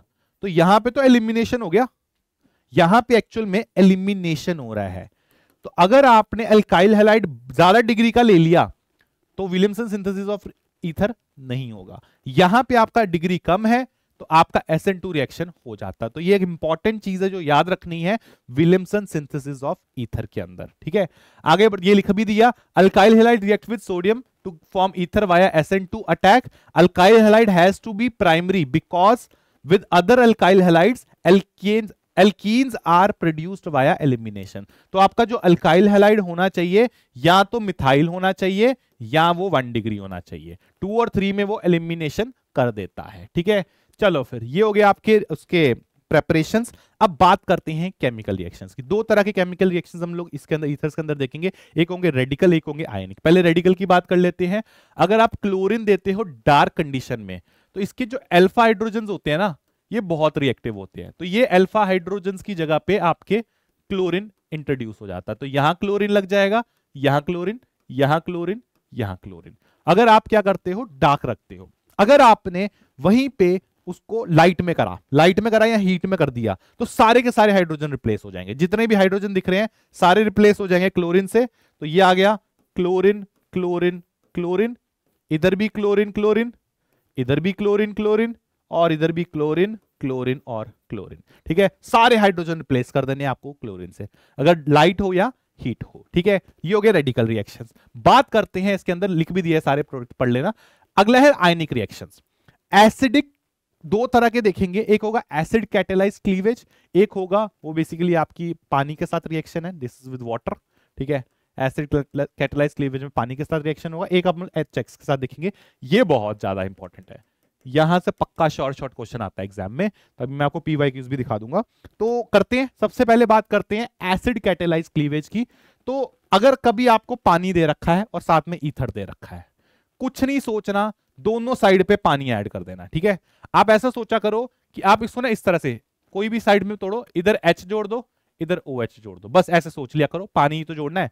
तो यहां पे क्या मिल गया, यहां पे आपको ROH मिल गया और इधर से आपको R'OH मिल गया, मतलब क्या मिल जाएगा, बोथ साइड अल्कोहल। ठीक है, कभी भी पानी एसिडिक हाइड्रोलिसिस हो रही है ईथर की तो अल्कोहल मिल जाएंगे। ठीक है, आगे बढ़ते हैं। नेक्स्ट इज अगर रिएक्शन विद HX पड़े, HX के साथ आपको देखना पड़ेगा, अगर HI लिखा है या फिर कई बार ऐसे लिख देता है 1 इक्विवेलेंट, तो इसमें क्या होगा, इसमें एक तरफ से, मतलब पहले मैं आपको एक्सेस बताता हूं, अगर तो एक्सेस है तो बहुत आसान है, तो दोनों साइड पे आपको आई लगा देना है, आई लगा देना है दोनों साइड, इसके साथ भी RI आ जाएगा, इसके साथ भी RI आ जाएगा। तो अगर एक्सेस है तो ये क्या बनेगा, ये आपका RI बन जाएगा प्लस R'I बन जाएगा। अगर आपका कम है, एक इक्विवेलेंट है, तो एक तरफ RI बन जाता है, दूसरी तरफ आपका अल्कोहल बन जाता है। अब सर ये कैसे हो रहा है, ये हमें देखना पड़ेगा, तो उसके लिए ऑब्वियसली बात हमें मैकेनिज्म गो थ्रू करना पड़ेगा, तो वो देखते हैं कि करके। बट इंपॉर्टेंट है, अगर एक्सेस होगा HI तो दोनों साइड आयोडाइड बन जाता है, मतलब आपका हैलाइड बन जाएगा। अगर एक इक्विवेलेंट है तो किसी एक का अल्कोहल बनेगा, इसका एक, तुम लोग बोलोगे सर इसका ये भी तो ऑप्शन था कि सर ये भी तो हो सकता है, R' का आयोडाइड प्लस इसका अल्कोहल, यस इसका अल्कोहल, हाँ ये भी ऑप्शन है। अब हमें चेक करना पड़ता है, यही चेक करना है कि कौन सा बनेगा, कैसे डिसाइड करना है, तो लेट्स डू इट। यही सबसे इंपॉर्टेंट क्वेश्चन है ईथर का। तो करते हैं इसके अंदर, पहले रिएक्टिविटी ऑर्डर देख लेते हैं, सबसे ज्यादा HI, फिर HBr, फिर HCl, HF, ये तो हम लोग जानते हैं, HI बहुत स्ट्रॉन्ग एसिड होता है। कैसे करता है देखो जरा, रिएक्शन आपको अगर मैं बताऊं तो एक्सेस में तो पहले मैं प्रोडक्ट बता ही दिया कि दोनों साइड इसका भी I बना दो, इसका भी I बना दो, तो प्रोडक्ट तो बहुत आसान है, इसका भी I बना दिया और उसका भी I बना दिया, ये तो बहुत इजी है। ठीक है, अगर 1 इक्विवेलेंट है तो किसी, अब तो दोनों साइड सेम ही है, इधर एक तरफ I बना दो, एक तरफ मैं I बना देता हूं और एक तरफ मैं अल्कोहल OH जोड़ देता हूं, तो ये प्रोडक्ट आ जाएगा। ठीक है, अगर 1 इक्विवेलेंट दे रखा है, एक तरफ I एक तरफ OH। लेकिन इंटरेस्टिंग होगा क्वेश्चन कुछ ऐसा आ जाए जो अभी मैंने तुम्हें बोला, इसकी दो पॉसिबिलिटीज है। द पॉसिबिलिटीज जो दो आ रही हैं वो देखना, मतलब इसका मैकेनिज्म करा रहा हूं मैं आपको, यहां से इसका मैकेनिज्म देखो, मैकेनिज्म से तुम्हें समझ आएगा। सबसे पहले क्या होता है, सबसे पहले ये जो अल्कोहल है ये प्रोटोनेट होता है। ठीक है, इसने प्रोटोनेशन करा, देखो भाई R', R इधर आ गया O और ये हो गया पॉजिटिव, और फिर क्या हो गया, अब आना आपके I ने अटैक करना है। ठीक है, अब I अटैक करेगा, अब I दो जगह अटैक कर सकता है, या तो I इस पे अटैक करेगा, इस पे अटैक करेगा तो आपको ये मिलेगा, देखना भाई RI प्लस R'OH। यहां आपकी एक पॉसिबिलिटी ये थी कि आयोडीन इसके ऊपर अटैक करता और ये फ्री हो जाता, तो उस केस में हमें प्रोडक्ट क्या मिलता, उस केस में हमें RI मिलता प्लस ROH मिलता। तो तुम देख रहे हो दो पॉसिबिलिटीज है कि आपका प्रोटोनेशन के बाद आयोडीन R पे अटैक करेगा का R' पे अटैक करेगा, ये अब हमें देखना, यही क्वेश्चन है, यही भी सारे क्वेश्चन बन जाते हैं। तो उसके लिए मैं एक टेबल लेके आया हूं, उस टेबल से तुम्हारे सारे कॉन्सेप्ट्स क्लियर हो जाएंगे। दैट इज, अगर आपके पास दोनों 1 डिग्री है तो तुम्हें देखना है जिसमें स्टेरिक हिंड्रेंस कम होगी उस तरफ अटैक होगा, अगर इसकी स्टेरिक हिंड्रेंस कम है तो अटैक इसकी तरफ होगा, और मैकेनिज्म जो है वो SN2 फॉलो होगा। अगर आपके पास 1 डिग्री और 2 डिग्री है तो आप क्या दिमाग में रखेंगे, 1 डिग्री पे अटैक होगा क्योंकि आपका 1 डिग्री की स्टेरिक हिंड्रेंस कम होती है, मैकेनिज्म अगेन SN2 फॉलो हो रहा है। अगर आपके पास दोनों 2 डिग्री के होंगे तो जिस तरफ ज्यादा स्टेबल कार्बोकेटाइन बनेगा उसको सिलेक्ट करना है, वो आपका SN1 मैकेनिज्म से जा रहा है। अगर एक 2 है और एक 3 है, जो 3 डिग्री वाला होगा उसको सिलेक्ट करना है, क्यों, क्योंकि उसका कार्बोकेटाइन बनेगा SN1 से, वो भी जा रहा है। अगर आपके पास एक 1 डिग्री का है और एक 3 डिग्री का, ये केस सबसे ट्रिकी होता है। इस केस में आपको दिमाग में रखना है मीडियम कैसा है। अगर तुम्हारा सॉल्वेंट है पोलर प्रोटिक जैसे पानी, तो पानी के केस में होता है SN1, तो आप 3 डिग्री को सिलेक्ट करेंगे। अगर आपका सॉल्वेंट है नॉन पोलर प्रोटिक, जैसे मान लो आपके पास CCl4 आ गया, उस केस में आप सिलेक्ट मैकेनिज्म SN2 होगा, तब आपको सिलेक्ट करना होगा 1 डिग्री। अब ये तो हो गया सर, आपने टेबल बता दिया, करके बताओ।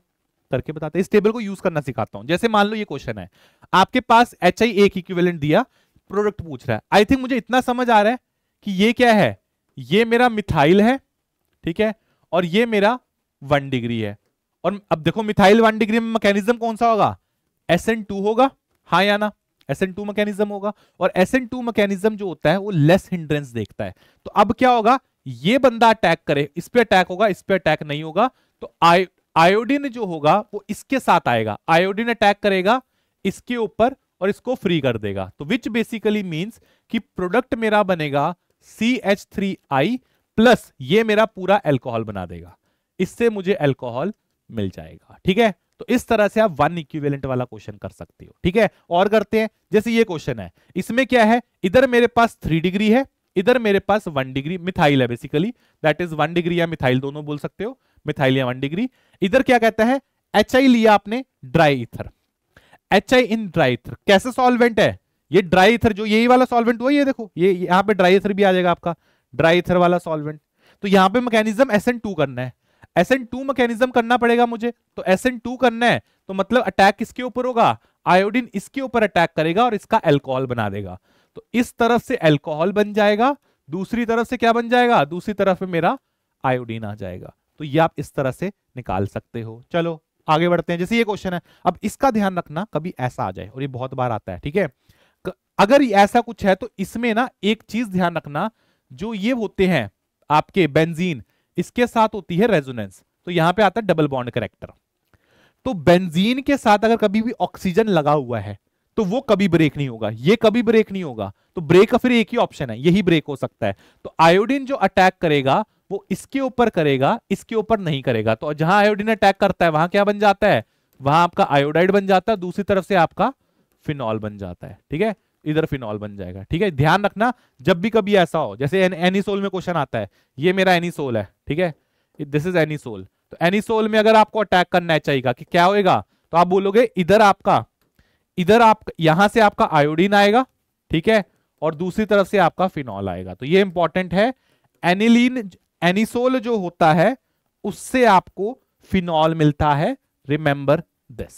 ठीक है, वो कभी भी दूसरी तरफ अटैक नहीं होने लगा, क्योंकि यहां पे क्या हो जाता है, डबल बॉन्ड कैरेक्टर आ जाता है। ठीक है, चलो फिर ये अब लास्ट में एनिसोल की बात कर ही रहे हैं, तो एनिसोल कैसा ग्रुप होता है, एक रिएक्शन देख लेते हैं। It is going to be a activating group. ये भी कैसा करेगा, प्लस एम ग्रुप है, प्लस एम ग्रुप है तो ये एक्टिवेटिंग होगा, और अगर ये एक्टिवेटिंग होगा तो एक प्लस एम यहां से, एक प्लस एम यहां, मतलब ऑर्थो एंड पैरा डायरेक्टर होगा।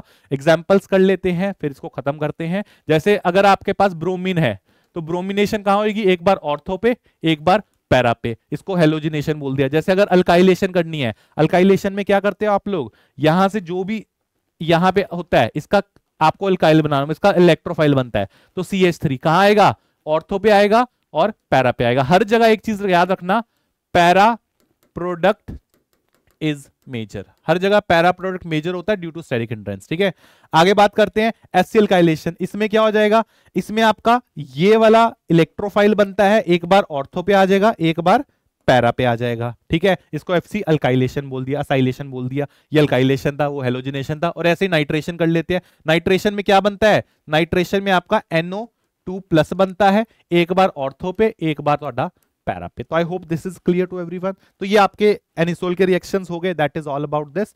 अब आ जाते हैं कुछ PYQs पे, फिर इसका डिस्कशन खत्म करते हैं। क्वेश्चन है, कहता है in Lucas test primary secondary and tertiary alcohols are distinguished on the basis of the reactivity with HCl known as Lucas reagent. Statement 1 is correct. Primary alcohols are most reactive and immediately produces turbidity at room temperature. On reaction with Lucas reagent will be wrong. वो होते हैं 3 degree alcohol वाले, 3 degree immediate reaction देते हैं। तो statement 1 is correct and 2 is wrong. Statement 1, both statement are incorrect नहीं, statement 1 is correct and statement 2 will be wrong. ठीक है, अगला क्वेश्चन करते हैं। नेक्स्ट इज दिस क्वेश्चन, कहता है एसीटोन है मेरे पास, ये C2H5 होगा। तो एसीटोन होता है भैया ये, this is your acetone. Acetone का रिएक्शन आपने करा C2H5, ये हो गया आपका C2H5 MgBr। तो ये ग्रिग्नार्ड रिएजेंट है, तो ये क्या करेगा, ये इसके ऊपर अटैक करेगा, इसको बाहर कर देगा। तो प्रोडक्ट क्या आ जाएगा, O माइनस, मैं सीधा H बनाता हूं, OH, और इधर से आपका C2H5। C2H5 को ऐसे दिखा देते हैं CH2 CH3। तो ये आपका प्रोडक्ट बन गया। पूछ क्या रहा है कि इसका IUPAC नेम, IUPAC नेम कैसा होगा फिर, ये 1, ये 2, ये 3, ये 4। सेकंड पोजीशन पे लगा है आपका मिथाइल, सेकंड पे मिथाइल है, और 4 कार्बन क्या हो जाएगा, ब्यूटन टू ऑल। तो 2 methyl butan two ol, option C is the correct answer. आगे बढ़ते हैं। नेक्स्ट इज दिस क्वेश्चन, इसमें पूछ रहा है आपसे, ये सारे PYQs है, रीसेंट ईयर वाले उठा के लाए सारे के सारे। The product formed in the following chemical reaction, sodium borohydride है। सोडियम बोरोहाइड्राइड आपको बता रखा है एस्टर्स और एसिड्स के साथ रिएक्शन नहीं करता, तो इधर तो आपका एस्टर ग्रुप है, तो इधर तो आपका रिएक्शन नहीं होगा। इधर क्या है, कीटोन है, कीटोन के साथ रिएक्शन वो कर देगा। तो प्रोडक्ट जो आएगा वो आएगा आपका ये, देखना भाई, इधर तो आपका रिडक्शन हो जाएगी, इधर कुछ नहीं होएगा। CH2 C डबल बॉन्ड हो, ये सेम ही रहेगा, OCH3। तो प्रोडक्ट क्या रहेगा आपका, आई थिंक यहां पे, एक सेकेंड, इसके अंदर मेरे को लग रहा है थोड़ी टाइपिंग एरर हो गई है, ये CH3 होगा सब इसमें, ठीक है, क्योंकि सब में नीचे CH3 दे रखा है, तो टाइपिंग एरर है शायद। तो प्रोडक्ट क्या होना चाहिए फिर इस केस में, इधर OH और ये सेम रहना चाहिए। तो I think option C is the correct answer. ठीक है, आगे बढ़ते हैं। Next is this question, anisole on cleavage with HI। Anisole होता है भैया, ये अभी कराया था आपको मैंने, दिस इज एनिसोल। कहता है HI के साथ क्या देगा भाई, HI के साथ CH3I देगा एक तो, ठीक है, और यहां का फिनॉल, तो इधर से बन जाएगा फिनॉल। तो ये आपका प्रोडक्ट बन जाएगा, फिनॉल प्लस CH3I। कौन से वाला है, CH3I plus phenol. Option D is the correct answer. ठीक है, आगे बढ़ते हैं। नेक्स्ट इज दिस क्वेश्चन, क्या बोल रहा है आपको, B2H6 और H2, ये आई थिंक H2O2 होगा यहाँ पे, ठीक है। तो वो ये आई थिंक HBO वाला रिएक्शन है, हाइड्रोब्रेशन ऑक्सीडेशन। तो कम वाले पे हाइड्रोजन आएगा, इसमें से हाइड्रोजन आएगा, एंड इधर ज्यादा हाइड्रोजन वाले की तरफ पे OH लगेगा। तो प्रोडक्ट जो आ जाएगा CH3 CH2 CH, इधर आ गया H, तो ये इसको H से लिख दो, CH2 लिख दो इसको, और इधर आ गया CH2OH। देख लो भाई कौन सा प्रोडक्ट है, मुझे लग रहा है ये करेक्ट आंसर है। ठीक है, 2020 का क्वेश्चन हो गया। और करते हैं, चलो इस क्वेश्चन को ट्राई करते हैं। इसमें क्या बोल रहा है, structure of intermediate in the following reaction. ये तो देख रहे हो, क्यूमीन है ये, उसके अंदर ऑक्सीजन डाला, तो कुछ नहीं है, इस हाइड्रोजन के अंदर क्या डाल देते थे, इस हाइड्रोजन को हटा के आप क्या करो, ऑक्सीजन डाल दो, तो बस ये आपका प्रोडक्ट हो जाएगा। देख लो जरा कहां बन रहा है ये, आई थिंक ये बन रहा है, this is the correct answer. ये इंटरमीडिएट आपसे पूछ रहा है। ठीक है, और करते हैं। Next is this, heating of phenyl methyl ether. Phenyl methyl ether क्या होता है, फिनाइल ले लो एक तरफ, ईथर आ गया और मिथाइल आ गया। कहता है इसको आपने हीट करा HI के साथ, तो क्या मिलेगा यार, फिर से वही क्वेश्चन, इसका मिलता है आयोडाइड और दूसरे का मिलता है फिनॉल, इसका मिल जाएगा आपको फिनॉल। पूछ क्या रहा था, तो चाहिए ऑप्शन बना दिया, तो phenol is the correct answer. ठीक है, और करते हैं, चलो ये क्वेश्चन आ रहा है, कहता है ये रिएक्शन आपको एल्कोक्साइड के अंदर, ये आपका देखो एल्कोक्साइड है, एल्कोक्साइड के साथ उसने क्या लिया, अल्काइल हैलाइड लिया, तो इसका रिएक्शन क्या होएगा भाई, ऑब्वियसली बात है इसके ऊपर अटैक करेगा क्योंकि ये मिथाइल है, तो ये तो विलियमसन सिंथेसिस हो गया। हाँ, तो यही पूछा कि कौन सा रिएक्शन है, Williamson ether synthesis is the correct answer. ठीक है, आगे बढ़ते हैं लास्ट क्वेश्चन की तरफ, ये आपका आज क्लास का लास्ट है। Oxidation of phenol with chromic acid give. Chromic acid के साथ बताया है मैंने, जब भी तुम फिनॉल को क्रोमिक एसिड देते हो तो क्रोमिक एसिड के साथ वो बनाता था बेंजोक्विनोन, तो क्या बनता है, ये बनता है आपका, दिस इज अ बेंजोक्विनोन। और किसकी तरह का है बेंजोक्विनोन, दे रखा, नहीं लिखा, अच्छा, तो कॉन्जुगेटेड डाइकीटोन लिखा हुआ है, तो दिस इज कॉन्जुगेटेड डाइकीटोन। ठीक है, ऑर्थोबेंजोक्विनोन नहीं है, पैराबेंजोक्विनोन होना चाहिए था, पैरा होता तो ये भी आंसर करेक्ट हो जाता। And with this we have come to the end of the discussion. जैसे कि मैंने तुम्हें बोला है, ये एक माइंड मैप सीरीज है। माइंड मैप सीरीज को सिंपल भाषा में अगर मैं बोलूं, इट इज फॉर रिवीजन। आपने देखा बहुत सारे क्वेश्चंस प्रैक्टिस नहीं हुए, कॉन्सेप्ट्स मैंने सारे कवर करवा दिए, पर क्वेश्चंस कम प्रैक्टिस हुए हैं। पीवाईक्यू मैंने रिसेंट ईयर करवाए आपके। कब करना है? जब आपने एक बार चैप्टर पूरा पढ़ रखा। अगर आपने एक बार पूरा चैप्टर पढ़ रखा है तो ये माइंड मैप सीरीज आपके बहुत काम आने वाली है। ठीक है, आपका 1.5 घंटे में अंदर पूरे का पूरा चैप्टर रिवाइज हो गया। पर एक बार पहले पढ़ लो इसको। ठीक है, मैं बार बार बोलूंगा, पहले पढ़ लो तो इस सीरीज का बेस्ट बेनिफिट आपको मिलेगा। आप सीधा इससे पढ़ने आओगे तो बहुत सारी चीजें इधर उधर हो जाएंगी। ठीक है, तो ध्यान रखो, पहले चैप्टर पढ़ के आना है, क्लास में जहां से भी पढ़ रहे हो, फिर यहां पे रिवाइज करना। फिर से बोल देता हूं, इससे हर साल 2 से 3 क्वेश्चन आ रहे हैं नीट एग्जामिनेशन में। तो चैप्टर बहुत इंपॉर्टेंट है। कई सारे रिएक्शंस आपने पहले वाले चैप्टर्स में हाइड्रोकार्बन्स और एल्काइलाइड्स में देखे हैं आपने कि कॉमन रिएक्शंस रिपीट हो रहे हैं। तो वो रिएक्शंस आपके ऑलरेडी इजी हो गया पार्ट। ठीक है, तो रिवीजन भी हो गई एक तरह से, पार्शियल रिवीजन प्लस कुछ नए रिएक्शन सीख लिए। तो मेक श्योर आप इसको बढ़िया तरीके से रिवाइज कर रहे हो। सब बढ़िया तरीके से हो ही जाएगा, पढ़ाई तो दिया तुम्हें है। तो मिलते हैं जी आप सब लोगों से। This is your Nikhil sir signing off. Bye bye.